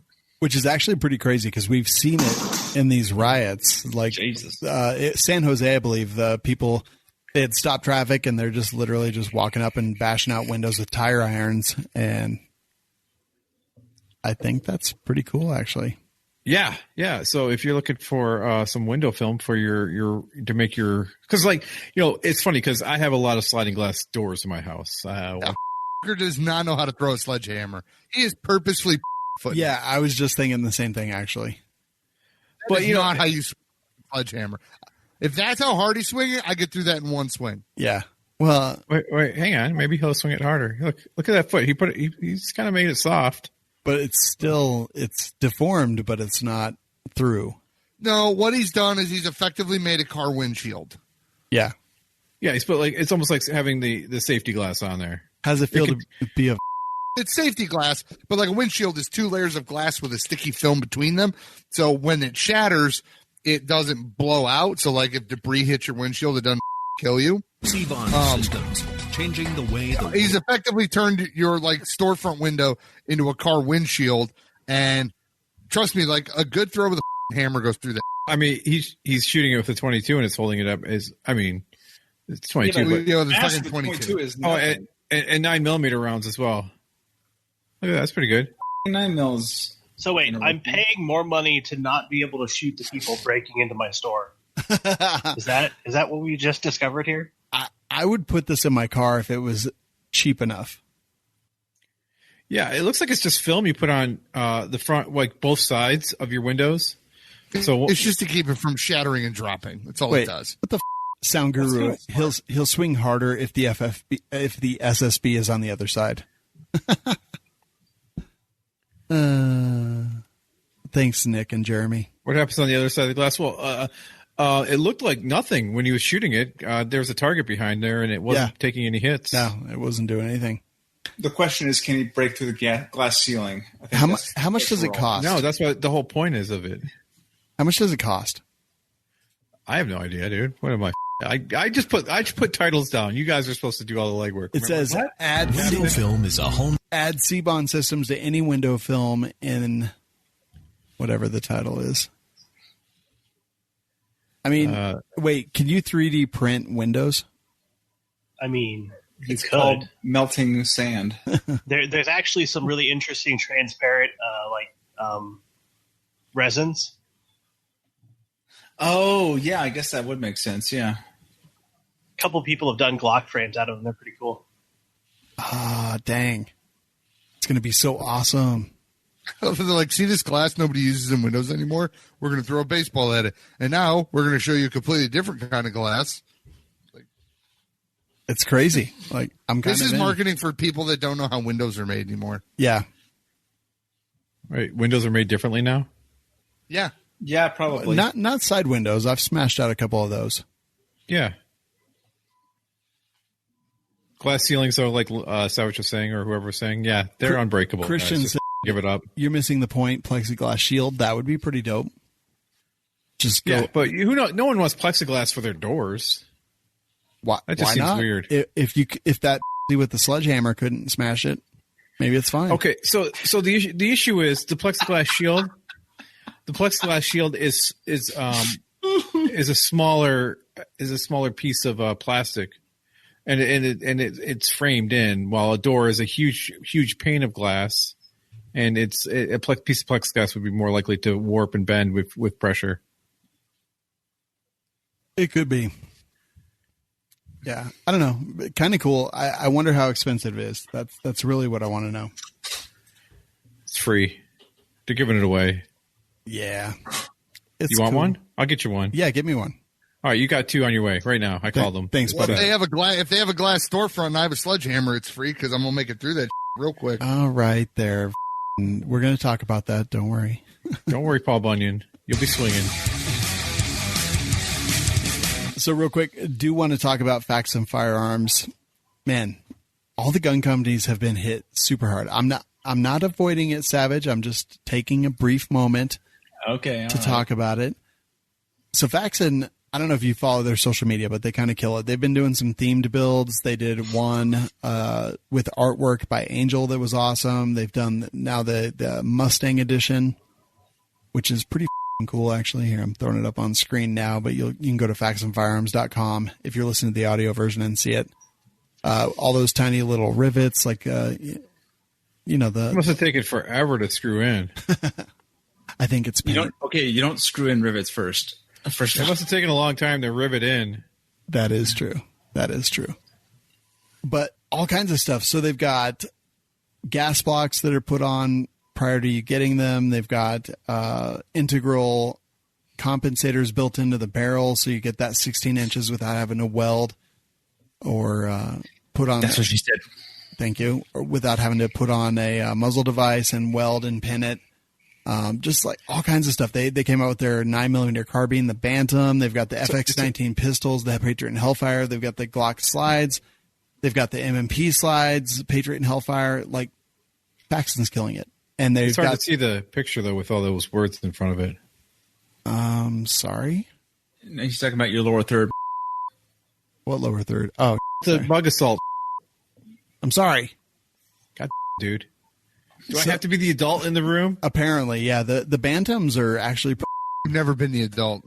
They're under $1,000 for a PCC. You can get the upper for $535, which is pretty awesome. And they're just constantly pushing out new stuff, which, we love. So go check them out, faxandfirearms.com. Coupon code WLS10 is going to save you 10% all day, every day. Savage, I wasn't ignoring you. What's your product? Okay. So, I doubt this is what would be considered a product that you can get in the U.S., but Chile has a state manufacturing company called FAMAE, and they're introducing a new 9x19 pistol. Now, something we've seen a lot of in foreign countries like Turkey, per se, is clones. And this FAMAE looks to be a SIG P228, P229 clone. Very similar in many respects. There's a 13-round magazine capacity, steel slide, and aluminum frame, and it's going to be their new state, issued or military issued sidearm. And I always think it's kind of cool because you look like companies like Canik, and they manufacture a lot of the firearms for Turkey and other countries, and there's a couple other countries that also do CZ75 clones. And so this one, again, is a state-run organization, so it's totally socialist. Canik is not. Other countries, have their own independent firearms makers that also do exports. I doubt these guys will be doing exports, but it would be kind of cool to have a SIG P228 229 import that's way less than a SIG is. I hate it, and I hate this guy's grip, and I hate that he's closing one eye, and I hate his camo. You hate him more, but what do you think about the gun? I mean, I hate it. Why? Why would you hate it? Why would I like it? Because SIGs are overpriced, and it'd be nice to have a cheaper version that's like... That looks like a Smith 509. This looks like some that Alex printed. Or not 509. What's that? The 590, 55609, like that series. It doesn't look like... I have a 6906, and it doesn't... I mean, okay, it looks a little bit, not too much. Here's literally the article. Like, it's like largely based on the Smith & Wessons. Like, that looks like... No, that looks more like a Smith than a SIG. It literally says it's based on the SIG. Right below. Scroll down. Are you talking about the revolver? Oh, the revolvers. Okay. Yeah. Oh, snap. I just wanted to do that. That still looks like a Smith pistol, though. I mean, like, because it's two-tone. It's it based looks on like the two-tone. Just I mean, here, I'll grab mine. See, it does kind of look like it. It says in the article it's based on the SIG, though, Jeremy. I know it does. I saw that now. Wait, why'd you close that video, Shawn? I had a picture of a guy in a Boog shirt. It was James. I'm over here like trying to scroll up. So here, it does kind of look. I mean, if you're just looking at tonal looks very similar. It does. It does. How much? It's like, hey, I took an old Smith and put a rail on it. It doesn't say how much it is. This just looks like the biggest hunk of ever, man. I'm not gonna lie. That thing's a lot squarer than my 229. Yeah. It does look like a compact, basically. I don't like how it looks like a Tokarev. Mine is 16 plus 1. Just that does saying. not look like a Tokarev. Just the angle. The angle. It's so stiff. Yeah. No. Dude, I know. That looks nothing like a Tokarev. Alex, the angle of the pistol grip, it does look that way. Alex, can you print something better for us? I mean, I'm gonna try and send you a screenshot in the chat here in a second. Okay, I'm looking. Once my software comes up. He's working on a 226 frame. I knew it. That would be awesome. Well, no, we've had a 228 frame in the repository for years, and it's not printable because it's a 22. Like the physics just aren't there. I can't send you this this image, but it's not printable because it's the critical dimensions aren't there. The pressure they're too much for the plastic at the moment. But I mean, it's there. So I would shoot a 3D printed version, but I don't want the Chilean version. Chilean? Shut up, Jeremy. Jeremy's like cotton. He's like, he's Malaysian. But that is actually, I mean, it's a clone without question, right? I would think so, yes. It specifically says so in the article. Stoker? I don't know. Very interesting. Stoker? I thought that's what you you said. No, what did you say? Stolen. Straight up stolen. Yeah, stolen. Oh. It's not a clone. Straight up stolen. I agree. Well, it's Chilean. Of course it's stolen. The chick with the Hispanic name said I said it right, so you. Carolina. C. Yes. Argentinian, I believe. She's Argentinian? Yeah. Okay, hold up. I'm going to... tiny, and I hear she's only like 4'4". I'm going to show the Control Pew version here. that's close. It is, A couple actually. mods, it'll be... Just kidding. Throw a So what's the pick back rail. strap?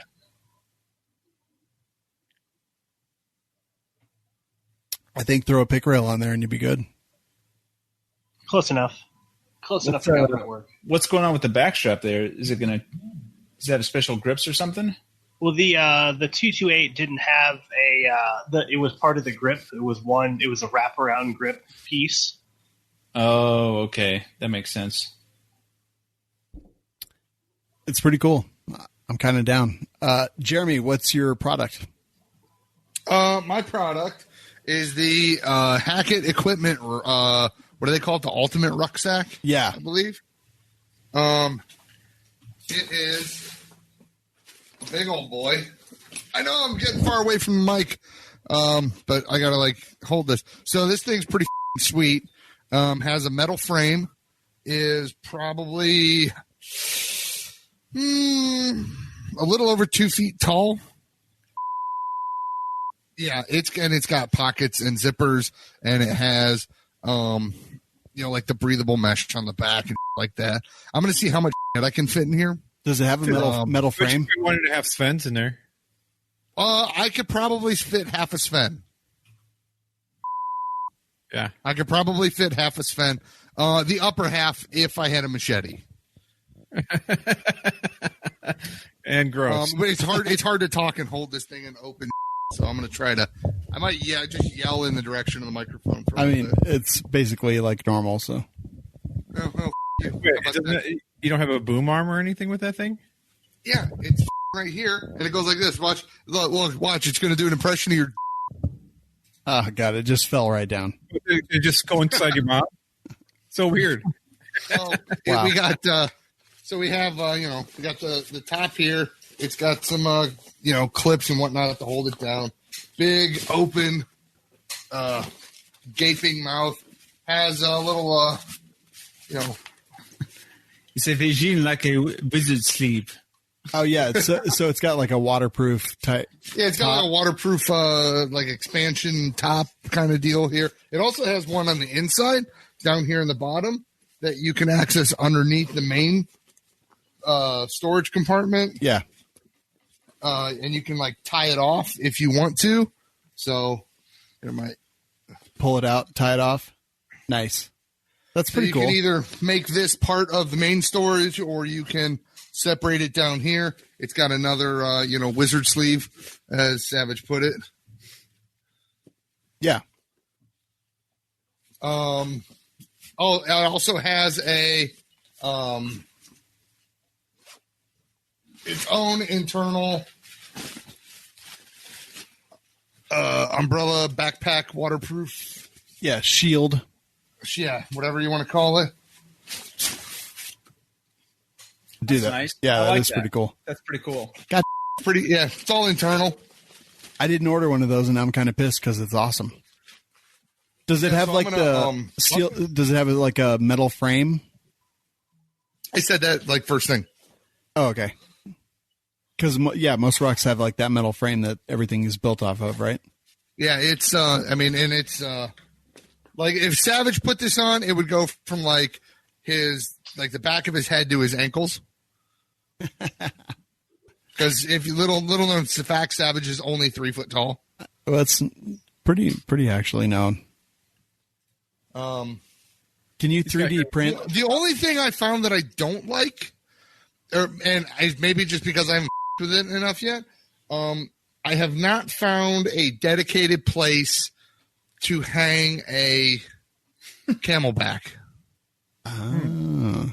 That's the only thing I haven't found it. It might have it. If the guys from Hackett Equipment are like, yeah, it's in there, like, just tell me where it's at. But I haven't found it yet.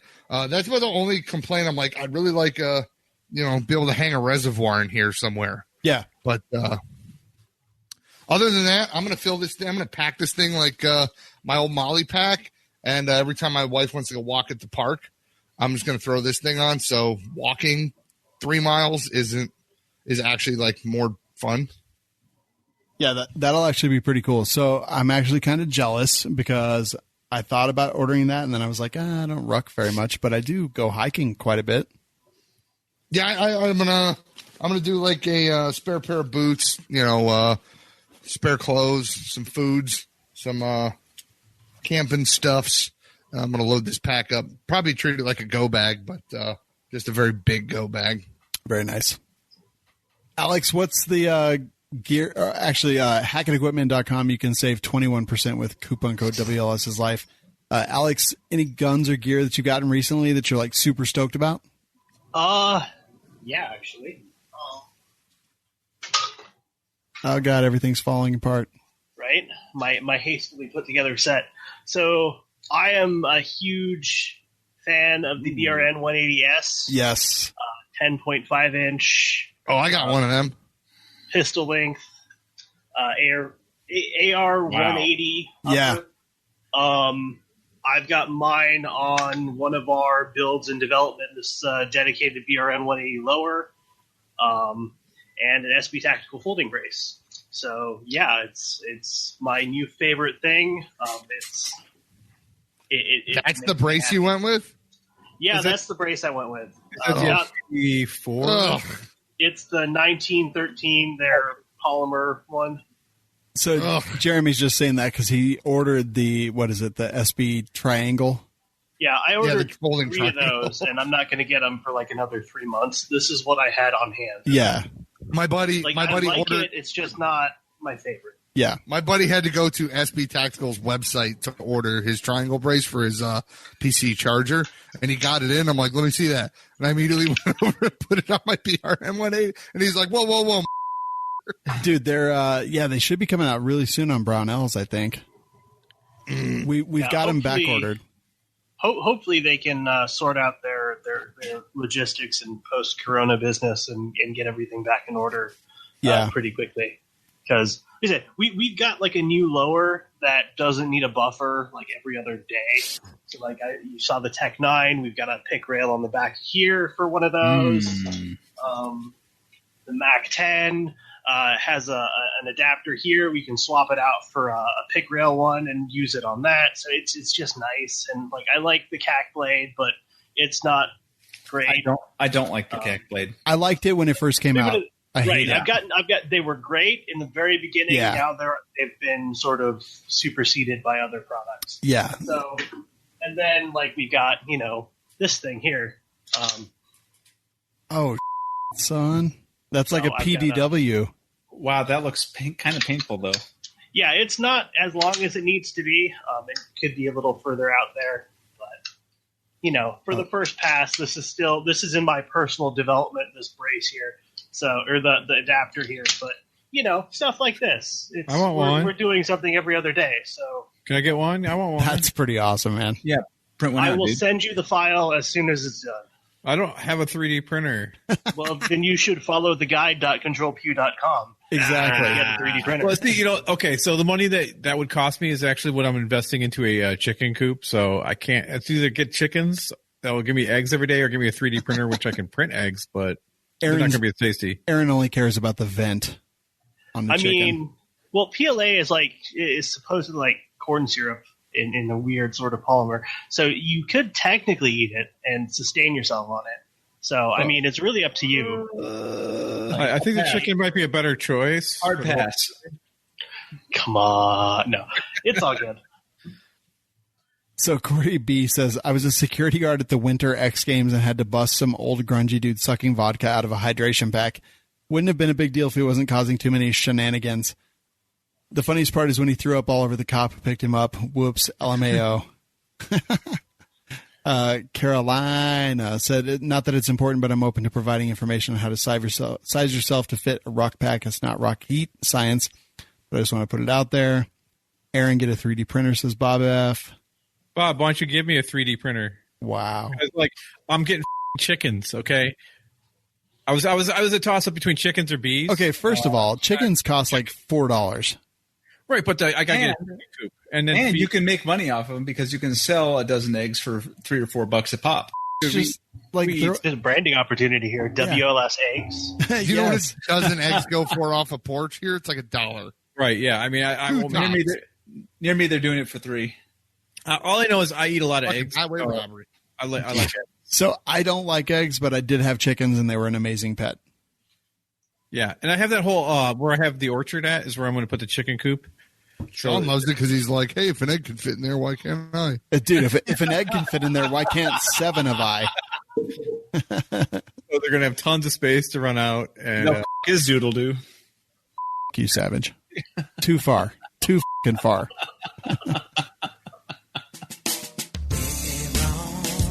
What you gonna do now? We're talking about lifestyles. with chickens.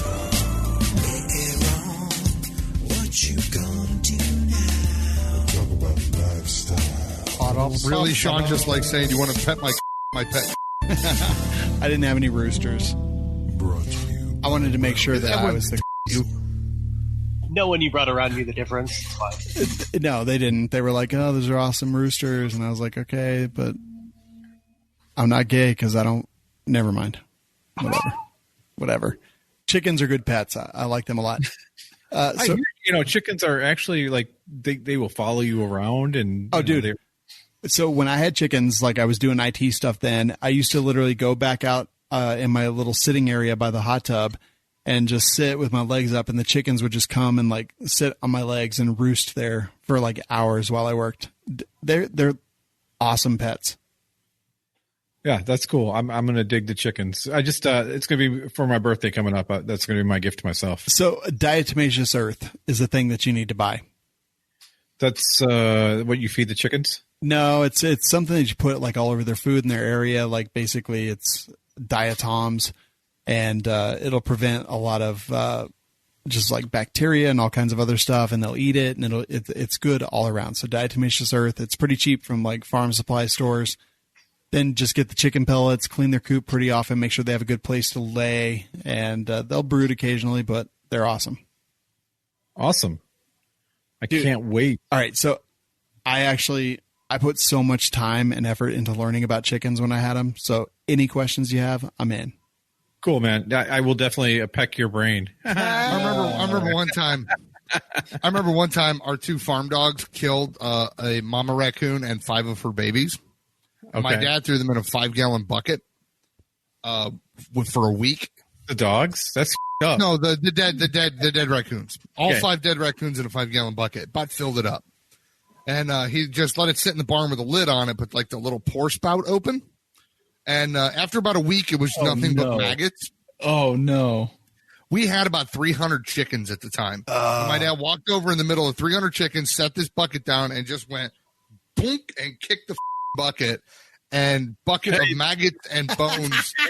Were you 14? And every chicken in the vicinity descended upon this 5 gallons of maggots for about 10 seconds, left like a swarm of piranhas, and there was nothing but a little bit of fur and some bones, and that was it. That's crazy. That's crazy. So chickens, they will eat anything, and they are awesome pets. We had basically guinea hens. Rocks. But go ahead. You had guinea hens? Is that what you had? We had guinea hens as like alarms around the property. That's racist. You just release like a dozen of them, and they're like very small peacocks.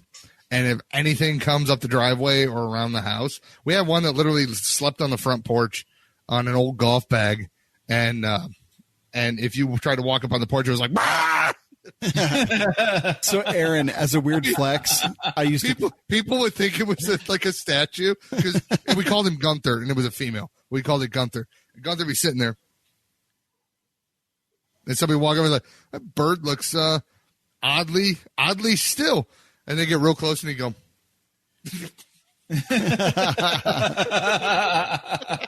Sucker lived for about 10 years. Aaron, what you have to do is I used to cook the chicken eggs that we didn't use and feed them back to the chickens. Oh, man, that's evil. Oh, and they do it on their own. Yeah, whenever we would eat chicken and not eat it all, the leftovers all went to the chickens. Oh, okay. That's good to know. Oh, yeah, like scrap food, all that. Like chicken. Feeding pigs bacon. Dragon Arcadia said, Shawn, do chickens do okay on their own, or they need to be in a group? So I had them in a group. I also had one by itself. She did fine.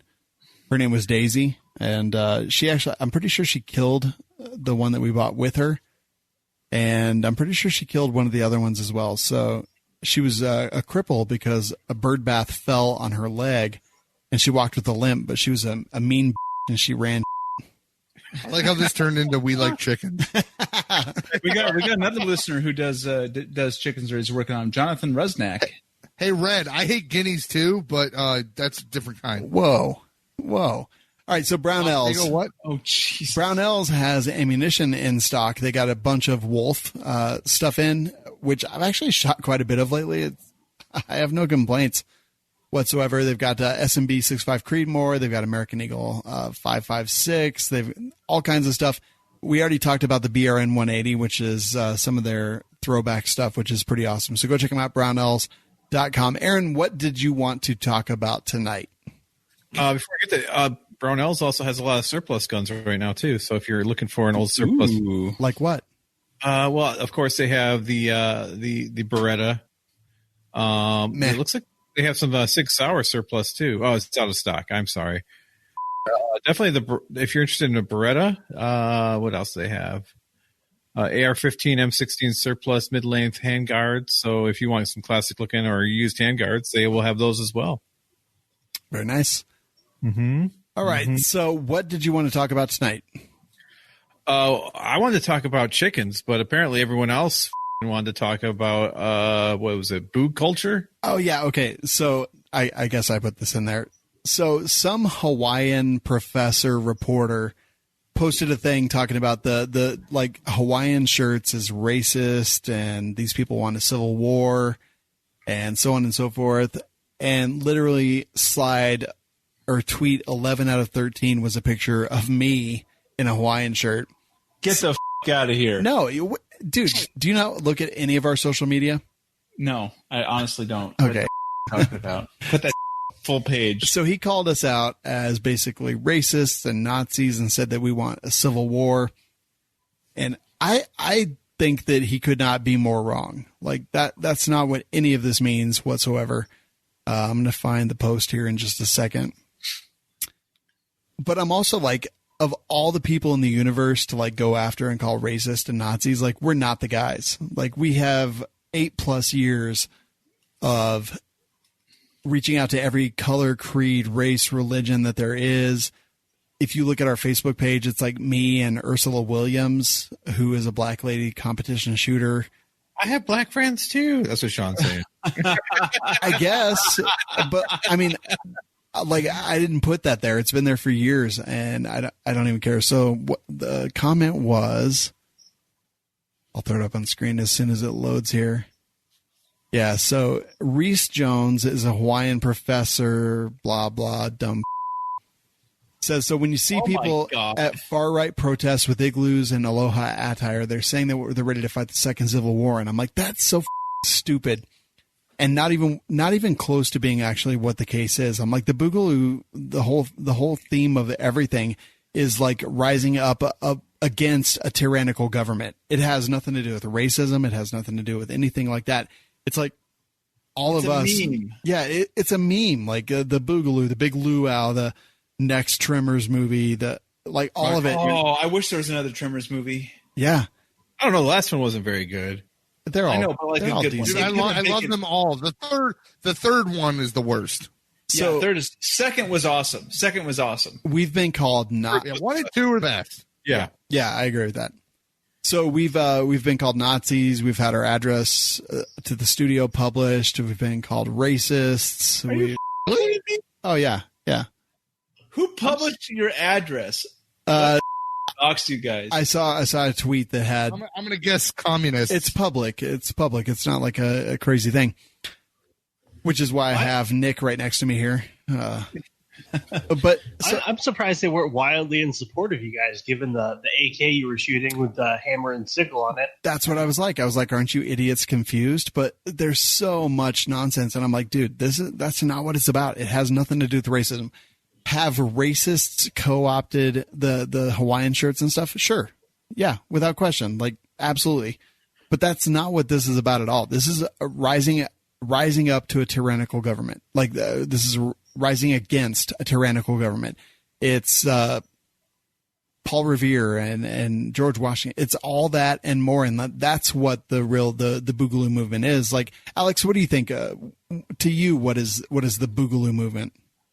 I mean, I feel like it's a little. It's kind of a morbid joke, and so people like me, and you see the same sort of sense of humor with the vet community, with a lot of retired law enforcement. It's kind of a dark sense of humor, and so we joke about death and things that normal people don't really joke about. And so the Boog to us is kind of that kind of a joke. We're like, okay, this is kind of funny, this is kind of bad, but whatever, we're going to laugh about it because what else can you do? And then there's another side of it where it's what do I want to say? Where it's a warning almost to a potentially tyrannical government, to those who would use force to oppress other people. Yeah. And to me, just that statement right there, it's about individual freedom. It's about actual liberty. Yeah. And it's basically zombie hunters from 5 years ago. Yeah, I guess, but look, I'm not saying there's not bad representatives of Boogaloo or the Hawaiian shirts, but that's not what it's about. It's not about racism. It's never been about racism. They used a picture of me shooting my AK in a video that has nothing to do with the Boogaloo. It's literally like Nick and I, we say we're Boogaloo training with quotes, and it shows us like standing on barrels and falling down in the dirt. And it's the dumbest shit, just people goofing off and having fun. I mean, off. Well, it started as American Civil War II, Electric Boogaloo. Yeah. And they're like, all right, the Fed boys are on to us. We got to change the name. It's now the Big Igloo. And you're like, oh, and then it's like, oh my God, it's the Big Igloo. We're changing it to the Big Igloo. And then it's the Big Luau. Well, since it's the Big Luau, they're going to have uniforms. We need uniforms. Our uniforms should be Hawaiian shirts because it's the Big Luau. And they're like, oh no, because it was flannels, right? Yeah. When it was the Big Igloo, it was a flannel. And then it became the Big Luau. It's like, oh, uniforms changing to Hawaiians, boys. And it just became a meme, and it's gone through like 6 iterations by now. And when you actually go to Hawaii and you go to a luau and you wear a Hawaiian shirt, ain't nobody giving a about that and calling you like, taking over their culture because you're participating, for sakes. Yeah. So I can't wear my ghost costume anymore with the big pointy hat. So the guy people are like, that's racist. I'm like, no, I'm a ghost. So the guy that actually posted this is Reese Jones at Reese J Hawaii. Says author of Violent Borders, professor and chair, Department of Geography and Environment, University of Hawaii, editor-in-chief of Geopolitics. And this guy, he literally calls us out for being racist. Does it say like biased progressive? No, but up there, because I feel like that should be up there. It's pretty apparent. So yeah, I mean, like I've had death threats. We've had our address published to the studio, and I'm like, bring it. Find out.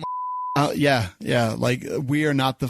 I will ones to fight fuck you. with. Please come find me. I will fight you. We're not the ones to with, and it has nothing to do with racism. It's stupid. Like the people who are out there protesting, which we're going to talk about in just a couple of minutes, like the protesting is one thing. Looting, you're a piece of opportunist, and like you deserve everything that's coming to you. The people who are protesting against government tyranny, that's what that whole Hawaiian shirt is all about. Like that. I kind of want to get into this whole discussion about looting versus rioting. We'll talk. Will. Well, yeah, I want to do it right now. I want to do it. Let's go. We're going to talk about it in a minute. But I just wanted to point out, like the Hawaiian shirts, that is not about racism. Like racists wear Nikes and racists shop at Old Navy and racists drive Fords and Dodges, and that's not the only thing that they do. They also wear Hugo Boss. Just saying, Hugo Boss. I use Hugo cologne. Does that make me a racist? Yes. God. Basically. All right. Well, I'm okay with that. I live in Howell, Michigan, so I guess we're all racist here. I heard we're going to get burnt down. Yeah. So it's stupid. Like, and the comments and reactions and like retweets, people just lap this up like milk. Like, it is the most ridiculous thing that I've ever seen ever. And this guy, he's clearly a moron.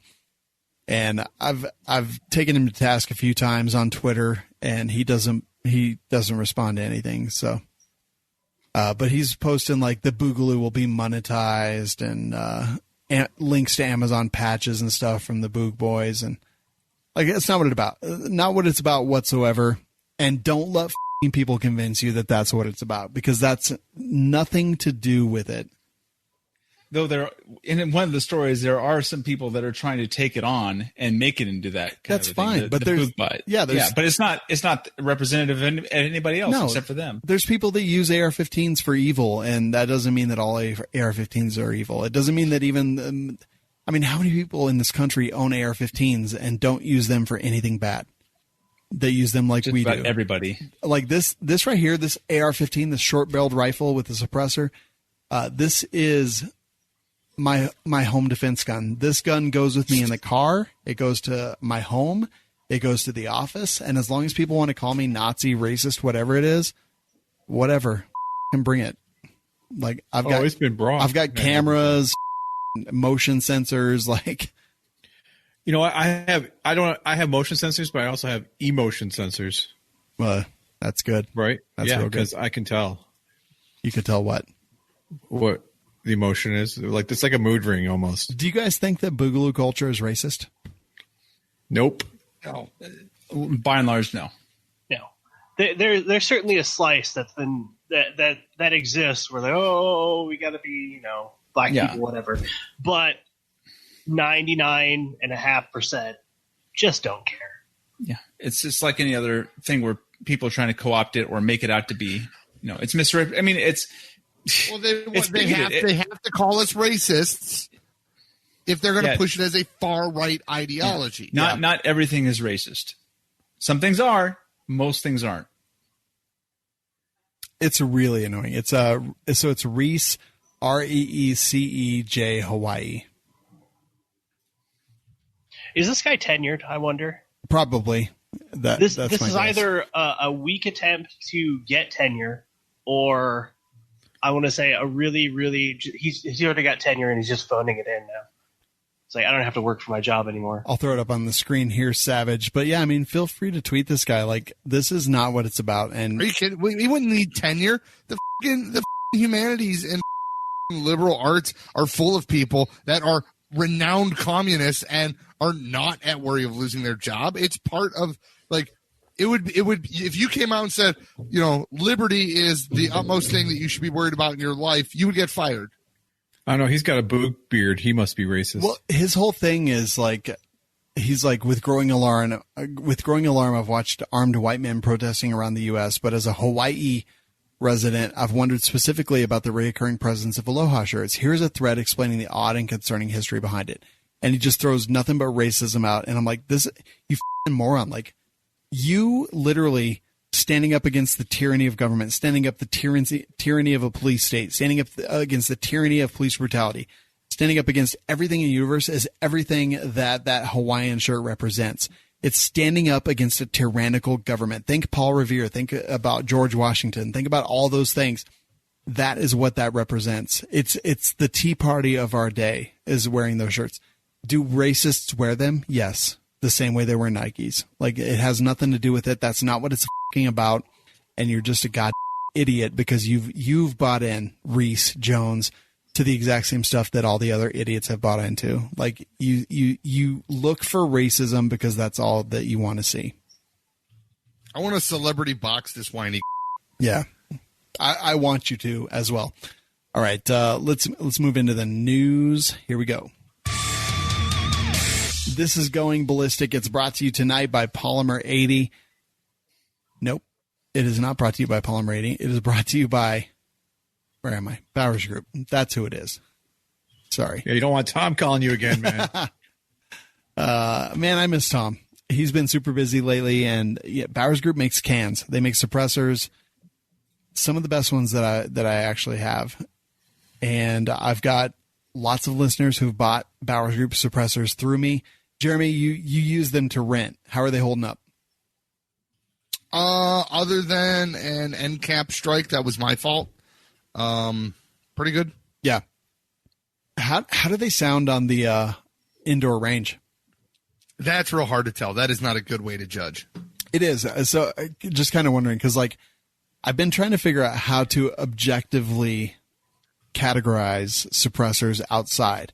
So I was looking up all the specs, like how much does decibels decrease, but there's like tone and and intensity and so many other things. But I was like, if I have it at 10 feet, 20 feet, 30 feet, 40 feet, how do decibels decrease over that time?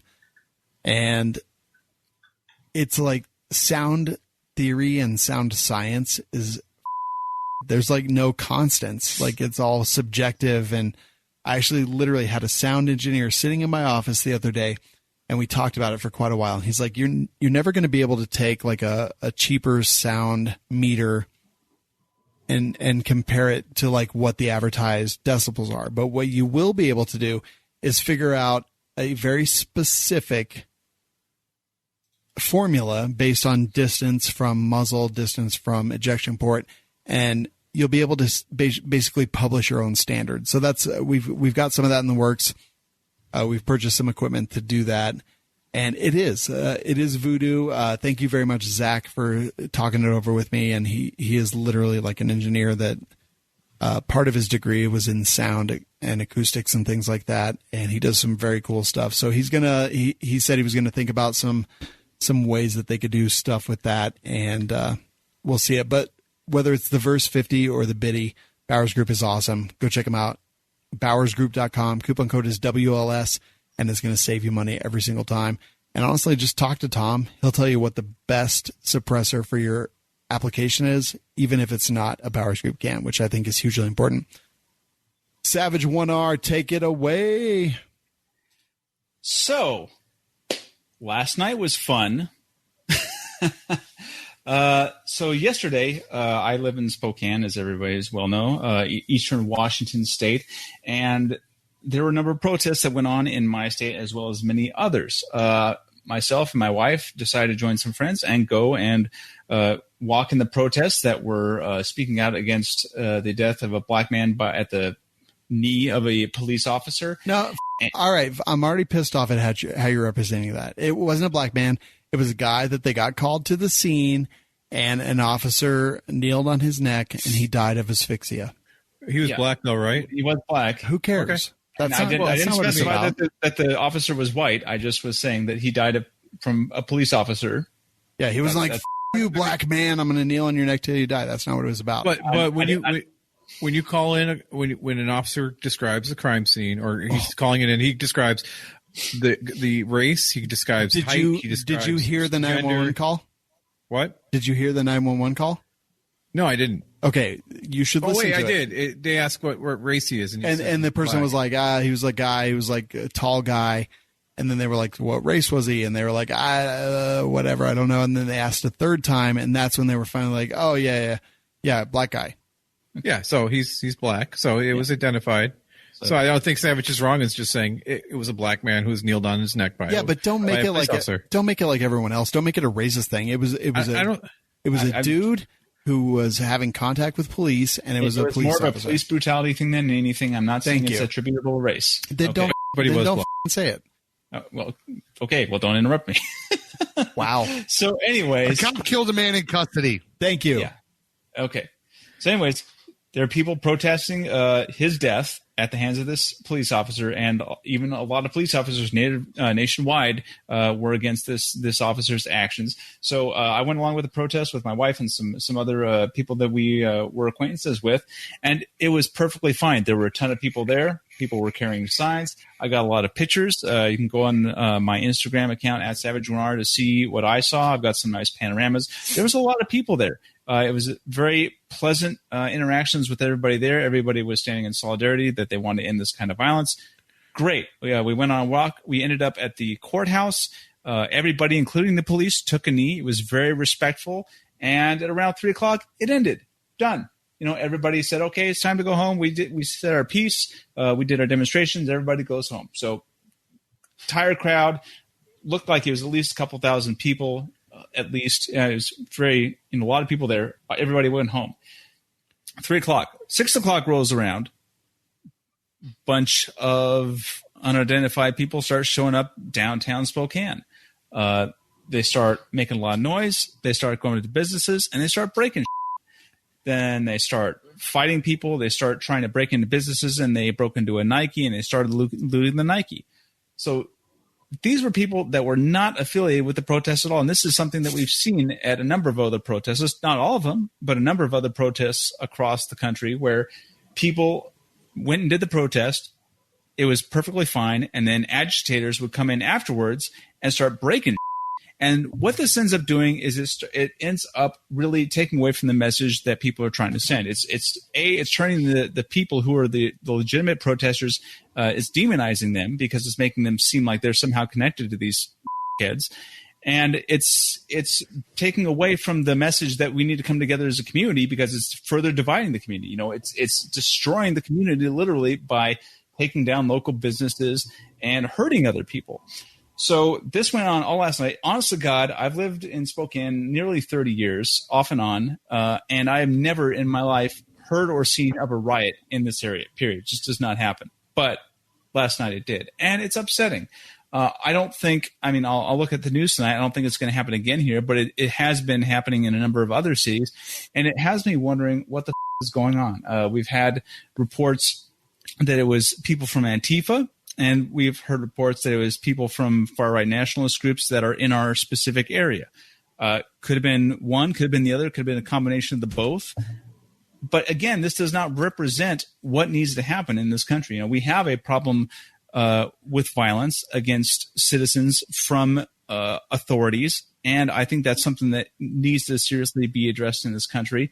But again, this kind of just hurts the message, and it puts the authorities in more of a position to crack down on the population. We've been seeing this with COVID. You know, how much more control can the government take? How, you know, much more can they keep us on lockdown, make everybody wear masks even when it's not appropriate, you know, dictate how you live your life.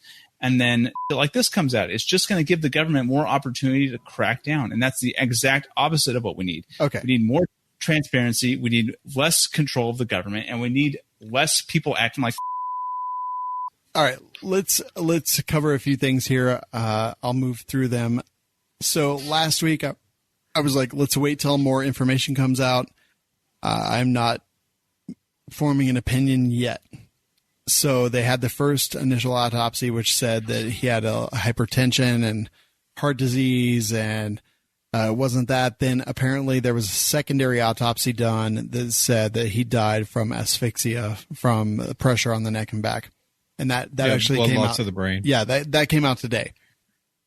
So having seen the evidence so far, I have to say, like, my opinion has changed. I have definitely come to it was murder. And that includes that George Floyd didn't want to go in the car, that he said he had claustrophobia, that he was dropping on the ground.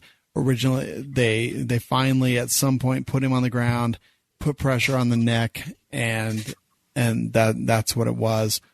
But 8 minutes, 46 seconds. I don't know what they were waiting for. Is that what it was? Yeah. That wouldn't get in the car because he was whining about claustrophobic? Yeah. So when they tried to put him in the car, he dropped to the ground.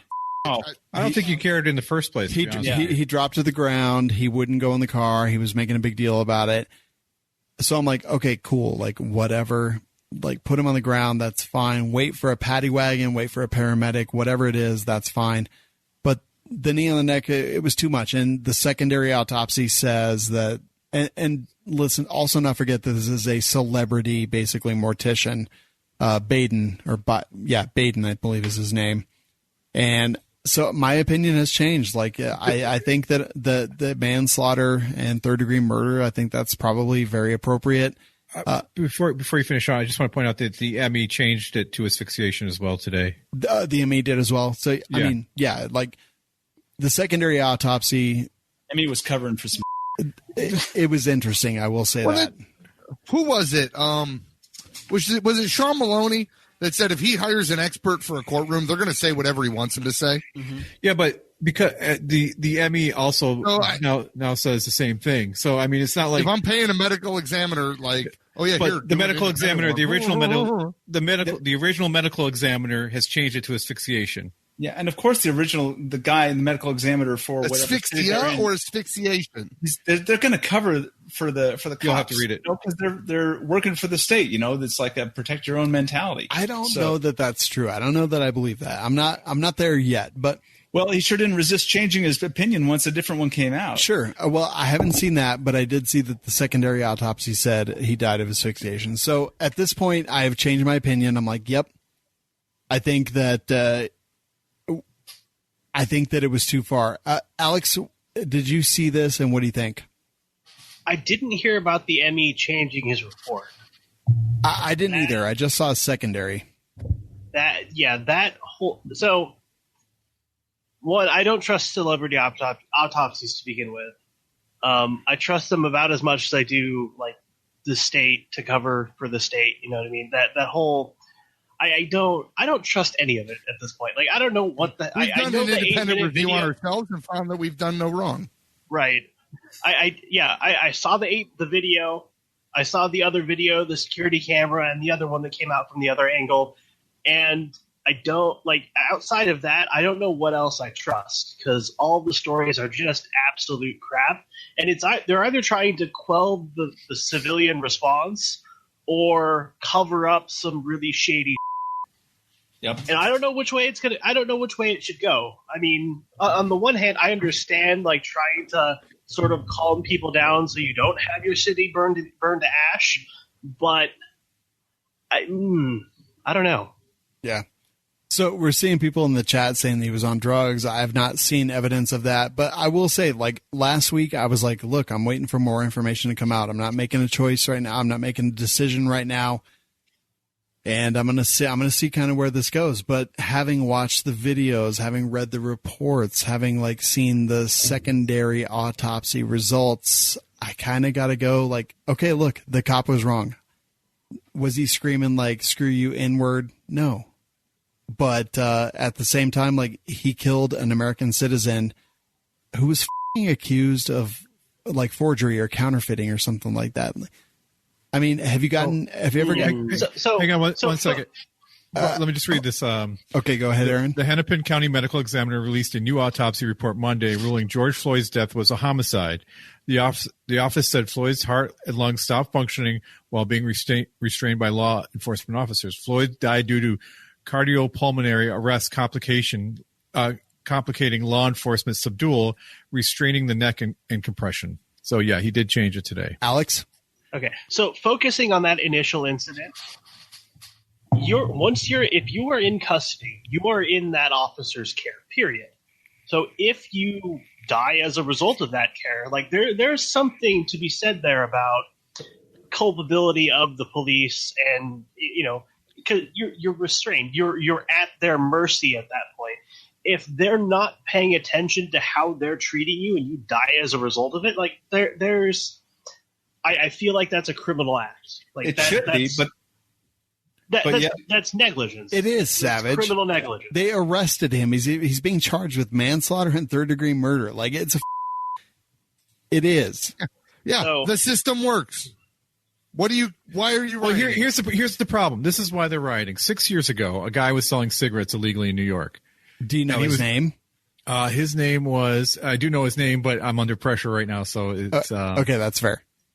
But it'll come to me once I'm not thinking really hard about it. But I can't breathe and he died. Okay, but let me just say this, Aaron. We're talking about a couple cases. We're talking about 10 cases. We're talking about 20 cases out of the millions of law enforcement contact every year. So, like, I get it. I hear what you're saying. Right. But the thing is, what about when the cops smoke checked that white dude crawling down a hospital or a hotel hallway? Also, they killed a white guy in cold blood. But we had burned down entire cities from it and say this is indicative. Yeah, but what's the frequency? Institutional racism against white people, but more than black people. But you have to understand that there has been a long history of black people being harassed, being hurt, being killed by police officers. I mean, they're driving while black. I mean, we've all heard these. Eric Gardner, thank you so much. Hold on, but we've all heard that. I mean, it's an actual phrase, and if I say driving while black, you'll know exactly what I mean. People have been harassed just for being black. Can we just say that, like, cops deal with the worst of the worst people that are out there? Like, right? They're not called to, like, sunshine and rainbows. They're called to criminal activity. And Correct. a lot of time in very low income areas, like they are faced with gang members, they're faced with drugs, they're faced with the same kind of stuff over and over and over again. And in a lot of poor areas, like big cities like Chicago, like Detroit, like Minneapolis, like they're probably dealing with a very high percentage of minorities. And can we just say that, like, as human beings, when you're dealing with constantly, you're probably going to be a little bit biased towards working against those people and not dealing with the stuff as you would if it basically breaks out of that I don't know, breaks out of that mold. Right? Like they're dealing with just the worst thing that you could possibly imagine all day, every day.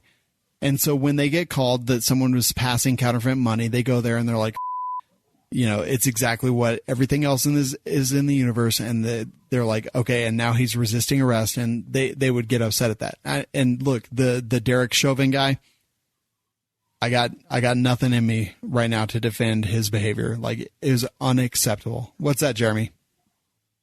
Interracial violent crimes incidents from 2018. See this little tiny one right here, the little short yellow one? That's whites on blacks.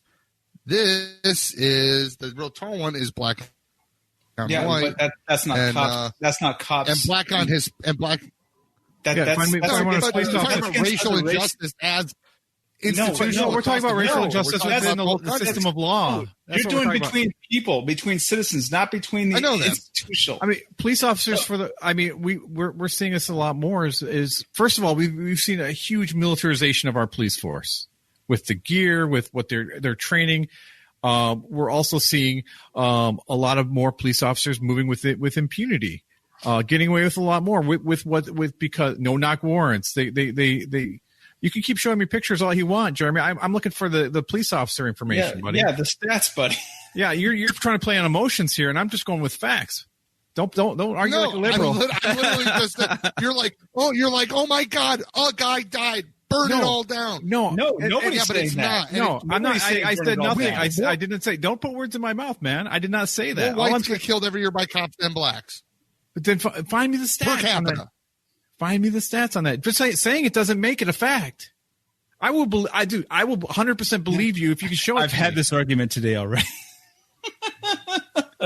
What is the impunity called? What do they call it? The God. Oh, I know what you're where you talking can't about sue cops basically when they do stuff. Some job immunity or something like that. Wait, hold on, Aaron. I think blue lives matter. I think black lives matter. I think all lives matter. No lives matter.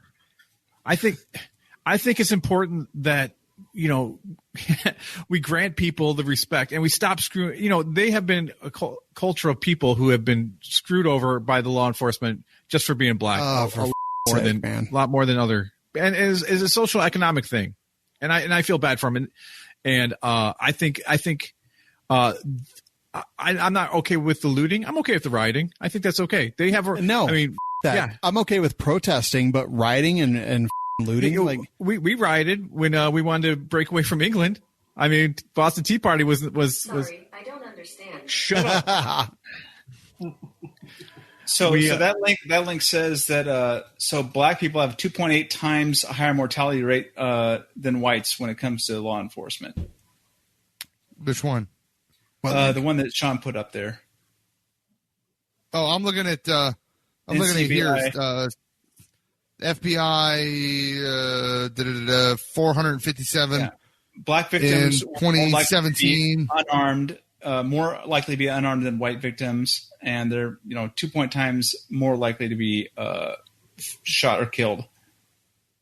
I'm literally looking at a thing that 457 white people killed in 2017, 223 black people killed in 2017. Yeah, but that's not 179 Hispanic, 44, and then 2020, 42 whites, 31 black, 13 Hispanic, and then you're not looking at the rates; you're looking at straight numbers. So victims were. I'm looking at straight numbers. Yes. Yes. So victims were majority white. The straight numbers were more, but disproportionately black, 32%, with a fatality rate 2.8 times higher among blacks than whites. So blacks are dying. They're better shots when. No, they're killing 2.8 times more black people than white people rate-wise. So maybe that's numbers, because they get interacted with more due to poverty and crime and gangs in low-income neighborhoods. No, but the you can't say it's just racist because it's happening. All right, so you're saying that, I'm not saying it's racist. that I'm just saying, being born poor is a death sentence by the police at a higher No, I'm rate. not saying being born poor. I'm saying we know that poverty leads to crime. Poverty is is the major leading factor to criminality. Where there's poverty, there is crime. So in poor areas, you're going to have more crime. In more affluent areas, you're going to have less crime. You're going to have less convictions because they can afford better lawyers. No, you have less crime. You have actual less crime. it also depends on the type of crime too. So, you're going to have more white collar versus, more white collar crime and that, embezzling and like that. But you have less crime where there's more money. Where there's less money, you have more crime. And that's true. Socioeconomic status is like one of the highest defining factors for criminality in an area. And we see it with, we talk about this with gun control and everything else. So really, like, qualified immunity is one of the things that I see as a problem, right? yes. Like, without question. Qualified immunity where police don't have repercussions based on their actions is kind of a big deal. And plus, they have like freaking union paid lawyers, so they don't have to be at a dime. They get paid vacations. I mean, come on. There's got to be real consequences here. But look, like, you're being investigated by your own agencies. So the kid gloves are on. Yeah. And I'm not saying that, like, most cops are bad. I really don't believe that. Without question, I do not think that's true.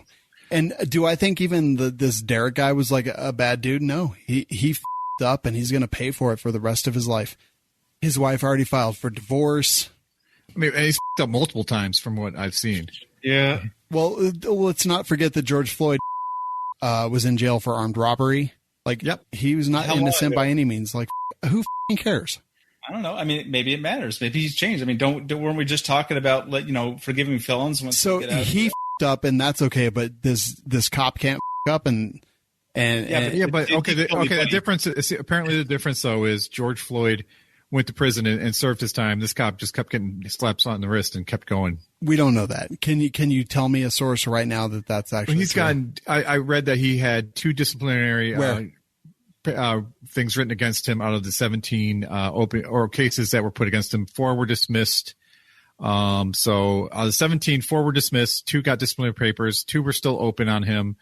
And that's where it was left at. And literally, like Chris, with formerly of JCAA, he was on the Double Tap last week on Wednesday, and he said that the guy who trains Minneapolis police they teach that neon neck as a form of pain compliance, but he didn't know how long they were trained to kneel on people's neck and when was the proper time to get off, because there was 2 police officers on the man's legs and holding him down. So I mean, technically, you've got a man in custody. You're still responsible for his well-being when you're done. Yeah. I mean, so if he's got cuffs on, it's not rocket science to restrain somebody who's flat on their face. Yeah, I mean, so. I saw, like, on a chalkboard, there was a bunch of people's last words, and it was a bunch of black people that had been victims of police brutality. And I was like, okay, so that's like maybe 10, 15, 20. And how many hundreds of thousands of contact are there with gang members and things like that? And I'm not saying black people. I'm just saying, like, in general, criminals every year. So is this number actually very high? I don't know. And last week I said, look, without question, I am not taking sides. I am not doing anything else. I'm literally only trying to collect the information. After that second autopsy came out, I'm like, look, he's guilty. It's murder, manslaughter, whatever it is. I don't know. I'm not smart enough to understand that. But, like, yeah, he is culpable in George Floyd's death.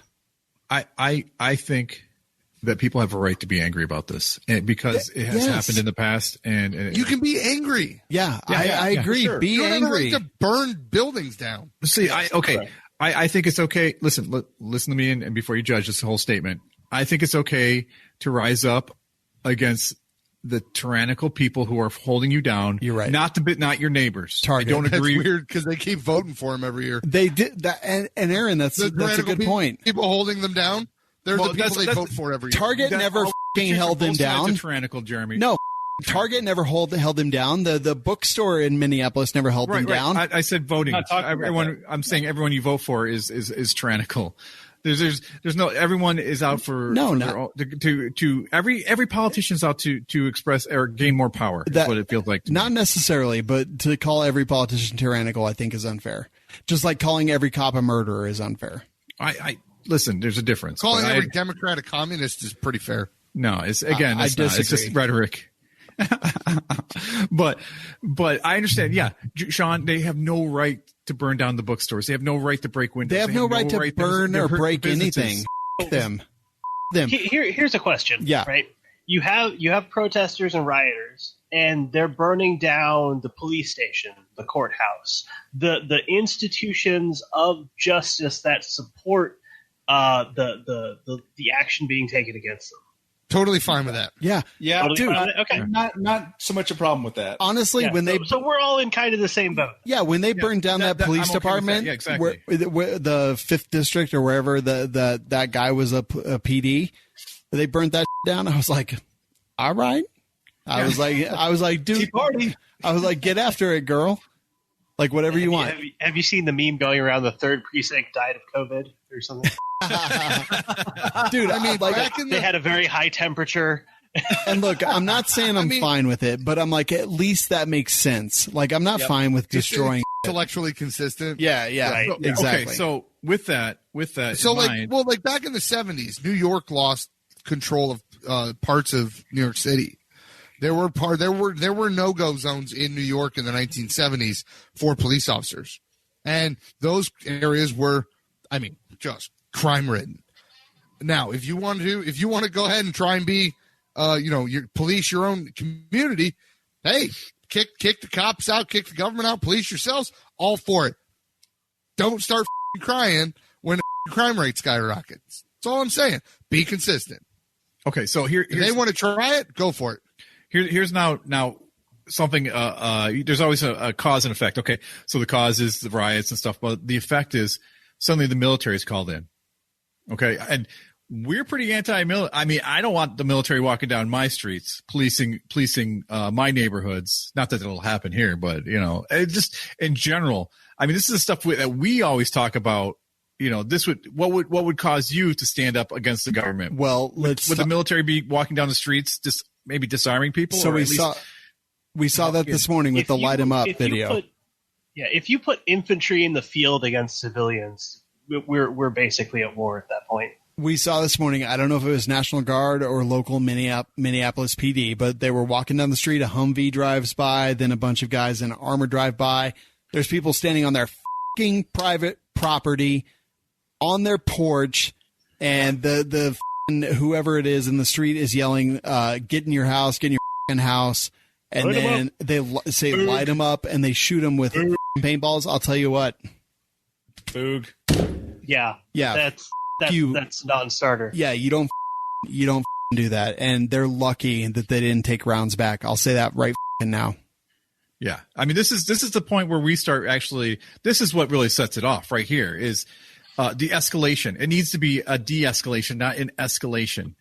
Dude, yeah. And this is yes, I understand having police on the streets and having the National Guard out there to protect businesses. But when they start encroaching on our freedoms and our rights, they're walking down suburban streets. And I swear to God, there's not going to be. So in that video, they say light him up. They shoot him with paintballs or whatever it is. And they go back in the house and the camera turns to the guy and or the guy or the girl, and he's wiping like the paint off his leg, just like that pain that you get when you get hit with a paintball or something. Like there's not that. Like if they are in the street shooting at me on my private property, like there's real rounds going back. I got to say, without question, like that I cannot believe that is America, and them, they deserve everything they get back. And if you want to say that, Boogaloo. Sorry, go ahead. No. I'm like, if you want to say that's the Boogaloo, you. Yeah, that's the Boogaloo. that's rising up against a tyrannical government, going down your street with the property you own, rent, lease, whatever it is. Yeah, you're taking rounds back. I keep seeing a bunch of different instances of like the riot police behind what is generally a peaceful gathering, shooting tear gas and rubber bullets into the back of the crowd. Like stuff like that isn't sitting well with me personally, and like I'm in a couple pretty libertarian groups, and it's from their perspective, like they're pretty middle of the road, but they're even trending into the all cops are bad territory, and it's hard to like justify or try and like understand what's going on in that sort of decision making process of like I'm going to launch a tear gas canister into this. Yeah, You know, well, there's definitely aspects of instigation by the police, and as we again, in You see that cop would grab that guy's cell phone and throw it on the ground, and then the guy just knocked out. knocked that cop out. I mean, that's funny. But like over here, like there's an interview on the news of a student that goes to a local college where I've been to before, and he was just sitting there, talking with his friends, got 2 fucking rubber bullets in him from the cops for not doing anything. Not a motherfucker. If you're going to stand near a riot, you better expect to catch some rubber bullets. It was down the street. Remember that scene in Tombstone? This fight's commenced. Get the fighting or get the out of the way. Well, and that's the thing. Like, dude, if you're protesting, if like you're out there and you're okay. If you're hurling at the cops, if you're trying to break, I get it. But if you're not doing a thing and the cops shoot you twice, they missed that went sailing. Get the out of the area. No, if you're not there, if you're not there, get the out of the area. What about the amount of press? All that aside, so Christian put in the chat here, right? The Minnesota cop drive-by OC spraying the crowd at a crosswalk. Yep, that was like that. I don't know what decision-making process did you go down to get to this is a great idea. I don't. Yeah, and then like arresting the press. We saw that. Credentialed press people getting arrested. That's a constitutional right, freedom of the press. I mean, we'll see the government about is going that. in and taking them out as well. It's like, come on. We'll see about that. Like maybe they were told to move back. Maybe they were told whatever. And then the guy was the CNN guy was standing there. He's like, just tell me where you want me to go. There was and the I'll camera. go there. There was they the didn't say camera anything. right there. Yeah. He's got a microphone in his hand. Yeah, He's like, hey, what's up, guys? There's a lot of up going on. So let me just put this to you real quick. You're a cop. You're a good cop. Let me just take a knee here. Oh wait, I'm sorry. That's too whatever. You're a cop. You're doing what you're supposed to do. You're doing your job. Like you care about this, right? Like you're like, yeah, this Minneapolis should not have happened. Like you care about this. You care about people.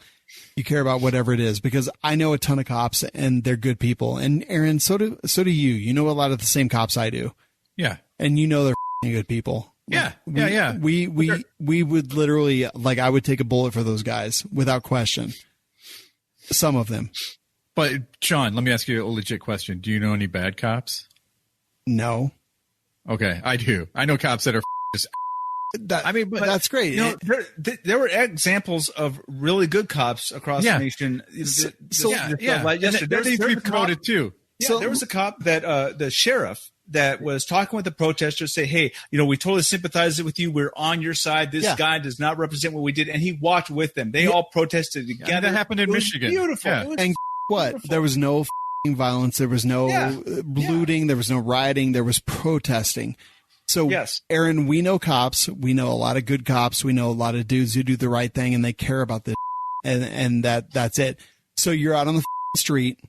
And you're dealing with people. There's some people who are doing the right thing, and then there's a bunch of people who are doing the wrong things, and they're throwing rocks, they're throwing bricks, whatever. Here in Colorado Springs, 2 nights ago, like downtown, there was people protesting, which I'm totally down with. Like, protest the out of stuff and wear your Hawaiian shirt just in case that tyrannical government rises up.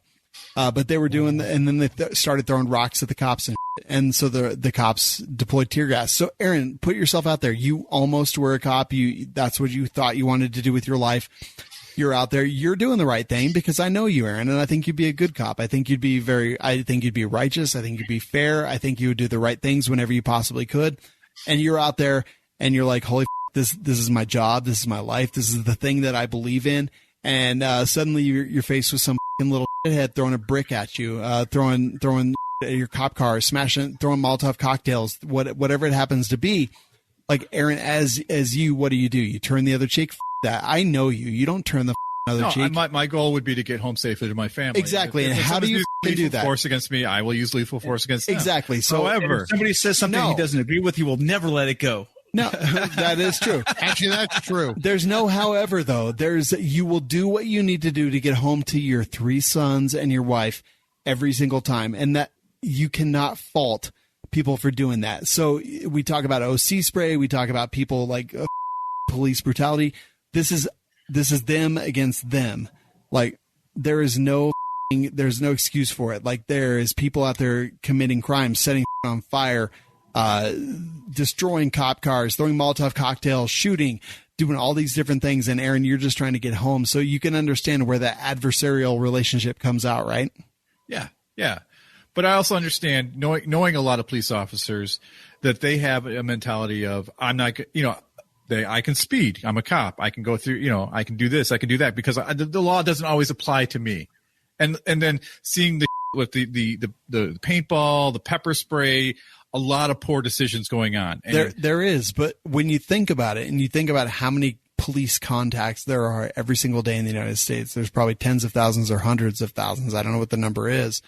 And then we hear about, 30, 50, 100. Like, it's a small percentage. It's just like the same amount of people that there's how many AR-15 owners in the United States and how many people use them for evil.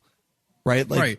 So we don't want to be fucking criticized for people who use AR-15s wrong. So we can't expect cops to be criticized for cops who do wrong. Like, yeah, there's bad people. It's the perfect storm right now, though. Let me. So by all means, if we're not, if we're going to give the benefit of the doubt and we're not going to scrutinize the incidents to the level, that the public should really be looking at this, the cops have to turn on their own and turn in the bad cops and get rid of them. Exactly. Yeah, and we're not seeing that happen. Yeah, there's the blue line, or there's that thin blue line that they won't cross. Well, Aaron, let me ask you this right now. Criminal element. It's a very small group of people that are doing the bulk of these bad actions, and they make a bad name for everybody else. Let me interject, because I'm ex-military. I just about walked down the law enforcement line. I had some other opportunities that presented that deviated my course in life. Had they not, I'd probably be in law enforcement right now. I'm talking to a couple guys who are in the Instagram circuit. They're in Richmond today. Peaceful rally, 6:30. They began to march with the main crowd. 7:15, they got to the Lee Monument there in Richmond, and they took their knee, and a couple people were getting up speaking. 7:30, police sped down Monument Avenue, 70 in a residential, fired a couple dozen tear gas canisters into the crowd. Right, and keep in mind, up until this point, this has been a peaceful demonstration, by all reports that I've got. This decision making? What is this logic? I don't understand this. This is why people get on the all cops are bad bandwagon, because this department must. I would assume from the outside that the department signed off on this action. Like, okay, go for it. Right. Well, I mean, and listening to not to be a Trump basher, but listening to the call today. And him saying, we need to quash the protest. We need to hammer down. If you refuse to get the National Guard involved, I will send the military in. I mean, that stuff like that is just insightful. Again, it's not de-escalating, it's escalating. And that's exactly the opposite of what we should be doing right now. So let's think about the actual world as it stands right now. We've been under quarantine, businesses are struggling, and now governors are like, oh yeah, we're not doing a thing. We're just letting people do whatever the they want. And let's be honest. There's a difference between protesters and /rioters and looters. Like, if you're out there protesting, like I'm wearing my Hawaiian shirt because this is rising up against a tyrannical government. If you're out there protesting, yeah, you're right. Like Philando Castile, George Floyd, Eric Garner, none of this should have ever happened. And it's a problem, and it should happen. But if you're out there and you're busting down the windows in a Target, if you're doing whatever, and I don't care I don't care what it is. Like if you're out there and you're committing crimes, and I'll be perfectly honest. So my daughter posted some shit on Facebook and she's like, if someone killed my son, I was like, you're a moron. You're stupid. Like you don't go out there. That's not how you go for justice, because if someone killed you, I wouldn't be out looting a Target, you moron. Right. I'd be looting ATMs, which is much smarter. I wouldn't be looting anything. I would be actually doing something that actually has a effect on stuff. And right. I was ashamed of her for the first time because she's talking this nonsense, and there is no excuse for that whatsoever. If you're out protesting and you're peacefully protesting, you can be mad. I'm not saying hug a cop and give a cop a flower. I'm not saying any of that stuff whatsoever.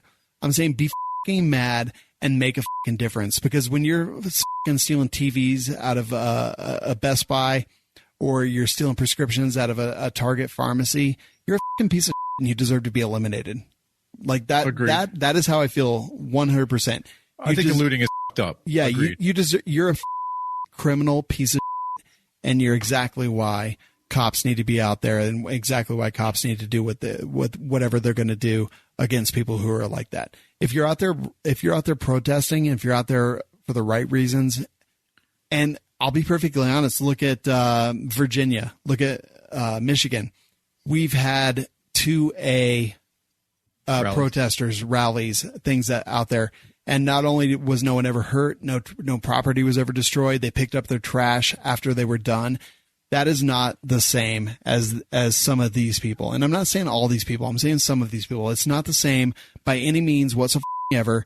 There's a complete and utter difference in those people. These are people who are protesting for something that they believe in, the Second Amendment, compared to people who are looking for a free way to get the things that they want to get. They don't give a about George Floyd. And I made a joke today and yesterday and the day before. I was like, people in Colorado, they're not protesting because of George Floyd. They're protesting because they thought it was a Pink Floyd rally, and they're all too high to understand the difference. And that's what it is. Like, we've had some fires in Denver. We had tear gas deployed against people in Colorado Springs because they forgot what it was actually about. They forgot that it was rising up against a tyrannical government, against a militarized police force. They were just out there because they wanted to cause a little problems, because they've been confined to their houses for 2-3 months. They've lost their jobs. They're bored. They're sick of all this, and they're just ready to do something. I'll tell you what, in Colorado, our background checks are up again over 2 hours, and people are buying these guns. So yeah, keep it up. This is exactly what we in the 2A community want. We want people to realize that there's nobody out there. There's no one going to protect you. There's no one going to show up when the hits the fan and everything's out there to get you. You are responsible for your safety. That's why I've got an AR-15 next to me. It's why I've got an AR-15 in my vehicle with me at all times in a backpack. It's why I've got one in my apartment. It's why I've got one in my office. Because if you are protesting for the right reasons, that's great. But if you're not, you're going to catch a bullet. Here's what I don't get. Okay. Your name tag clearly under your name says Shawn, S-H-A-W-N. When people type your name in, it's S-E-A-N. Can't you fucking read, people? Christian. It says Shawn, not Shawn. Fucking get that right, man.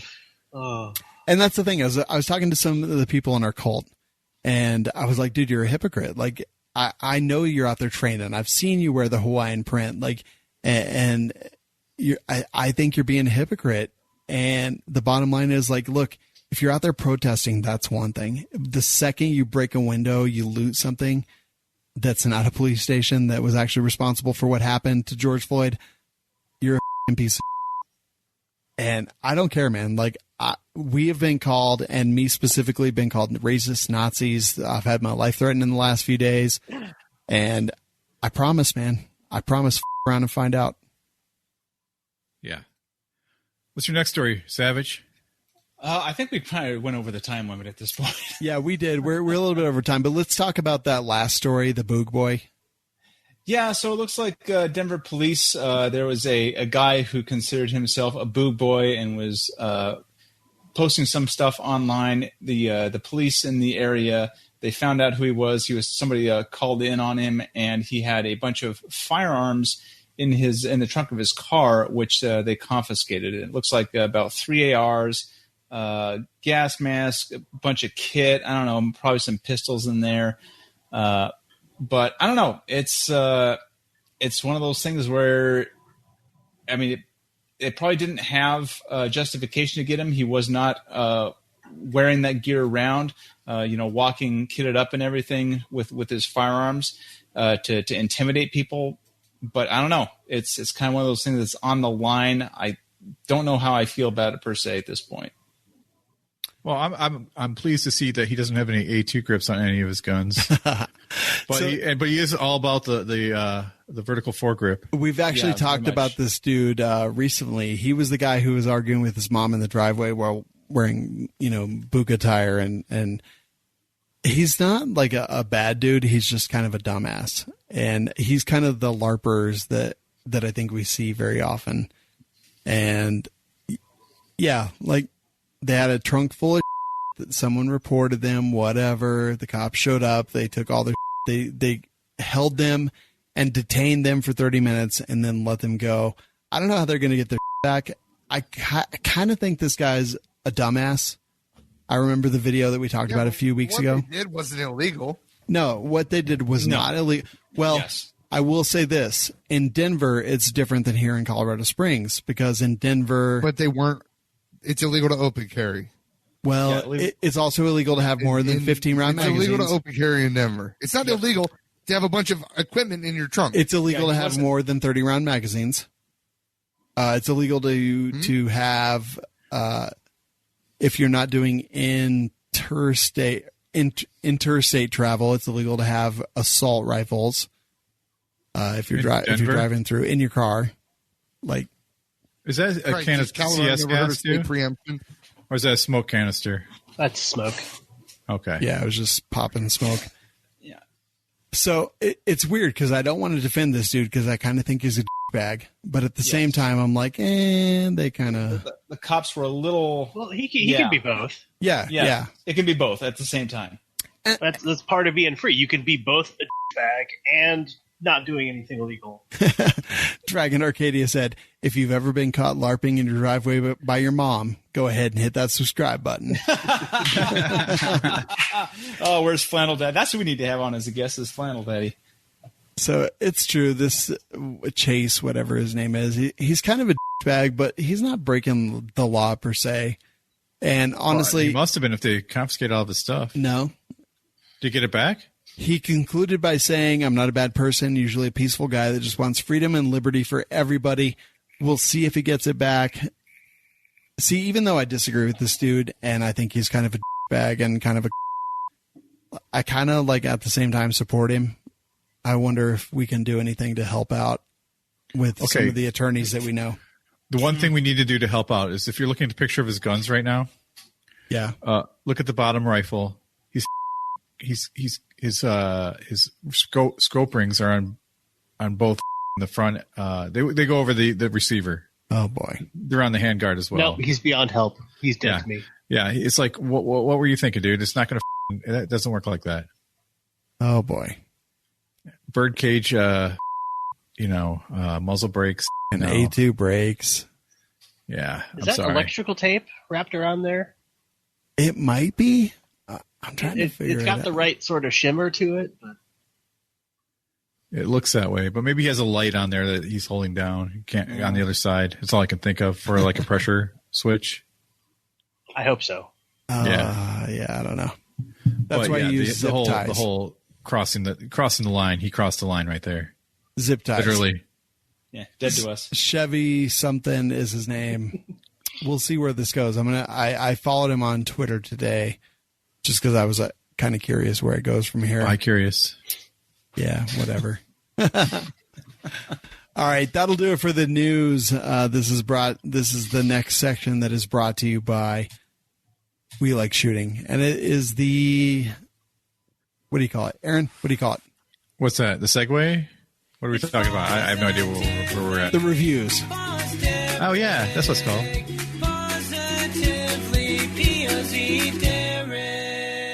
All right, this is the reviews. Jeremy, why don't you read the first three for us? Insert generic title here by Galleon, 5 stars. We like shooting quite a bit. It just me up too. Quit clicking on. They're a solid resource for no BS information on guns and gear. You will like them too, or else all hail the cult. Oh, and Savage. Yeah, you Savage. Mm-hmm. AA Ron is a bum by True. Brett Baker 2. Yep. Love the show. Dicks out for Harambe. Yeah. Awesome show. Canadian 48205.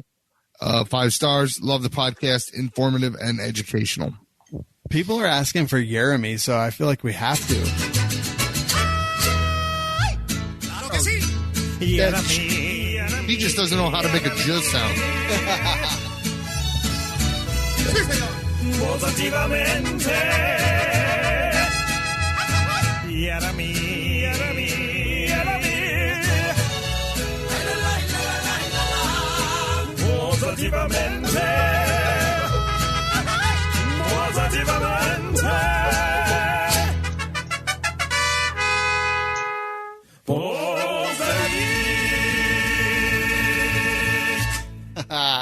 I had enough of that baling hay with Mexicans. Yeremy.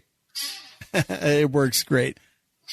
We're just about ready to wrap this up. So, Alex, tell me once again where people can support Control Pew and honestly get involved with 3D printing their own firearms. Everything you need to begin can be found at controlpew.com. The guide at .controlpew.com. You can support us by printing our make your own. It's awesome. It's great. Donate Bitcoin to the developers or hit shop.controlpew.com. Pick up a shirt or a patch. Funds go back into the community to support new and awesome that we're doing. Very cool, man. I hope you had fun. I know we have a lot of 3D printers in our audience, so I hope they got something out of it. And if they want to join your community, where do they do that? Hit Keybase, download their software, create an account. The team is det_disp. That's DET_DISP. Links to that can be found on the site. Conveniently located at all the links. So perfect. Go to the site, hit the page. Did you have fun? Yeah, it was a ton of fun. Hopefully I was entertaining and not too insane. Yeah, you were not a big nerd like Savage, so that's all we care about. All right, we have giveaways going on all the time. WeLikeShooting.com/giveaway. You can visit there, and any of the new giveaways you will see. Join a gun-related advocacy group such as the Firearms Policy Coalition, Gunners of America, or Second Amendment Foundation. Holy I'm drunk as I don't know what it was, but shout out to our sponsors. Yeah, a drunk as we always give out the suicide prevention line. The number's 1-800-273-8255, or I guess as we found out since episode 61, we give out that number, 1-800-273-TALK, or you can text the number 741-741. We're here live every single week on Mondays and Wednesdays and on demand every single day, even if we're not. Go to WeLikeShooting.com/show to subscribe. As we always say, thanks for listening. Get some medical training and shoot straight.